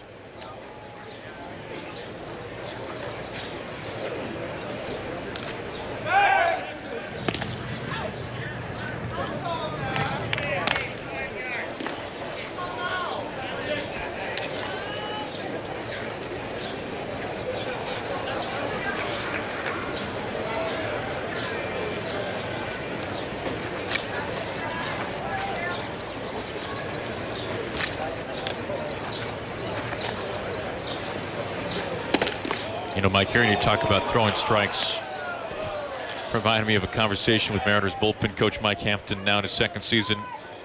as a very young major leaguer, played for Lou Piniella. And he said one time Lou came out to the mound to take him out of the game and said, "Son, if you don't throw strikes, I don't have much use for you."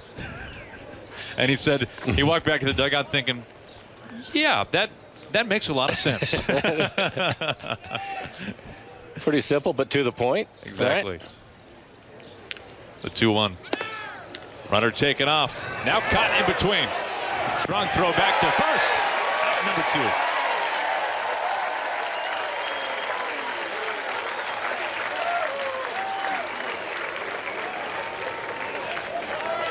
One out left.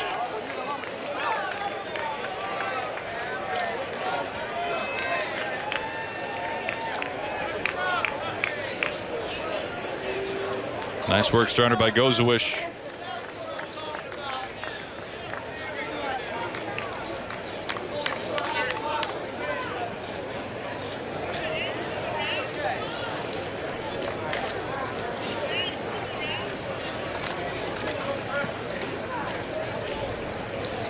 Here comes the 3-1 to Garcia. Full count.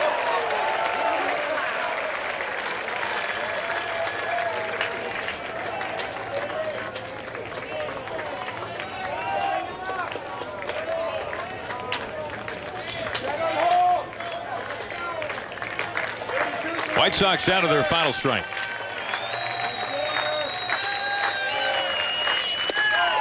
Strike 3 called. Mariners win it. They hold on. Another good day for James Paxton. He looks really good, and if he was a little bit off today, in his own words, that's going to be exciting to see what happens. The Mariners again continue to swing the bat, double-digit hits, scoring 7 runs, and Mitch Haniger continues to impress. 3 hits for him today, including a triple. So a good day all the way around for the Mariners. Mariners win this one over the White Sox. We'll be with you once again tomorrow at 1 o'clock. Chris Heston will take the ball for the Mariners, taking on the Los Angeles Dodgers. We can't wait. We'll talk to you tomorrow from Peoria.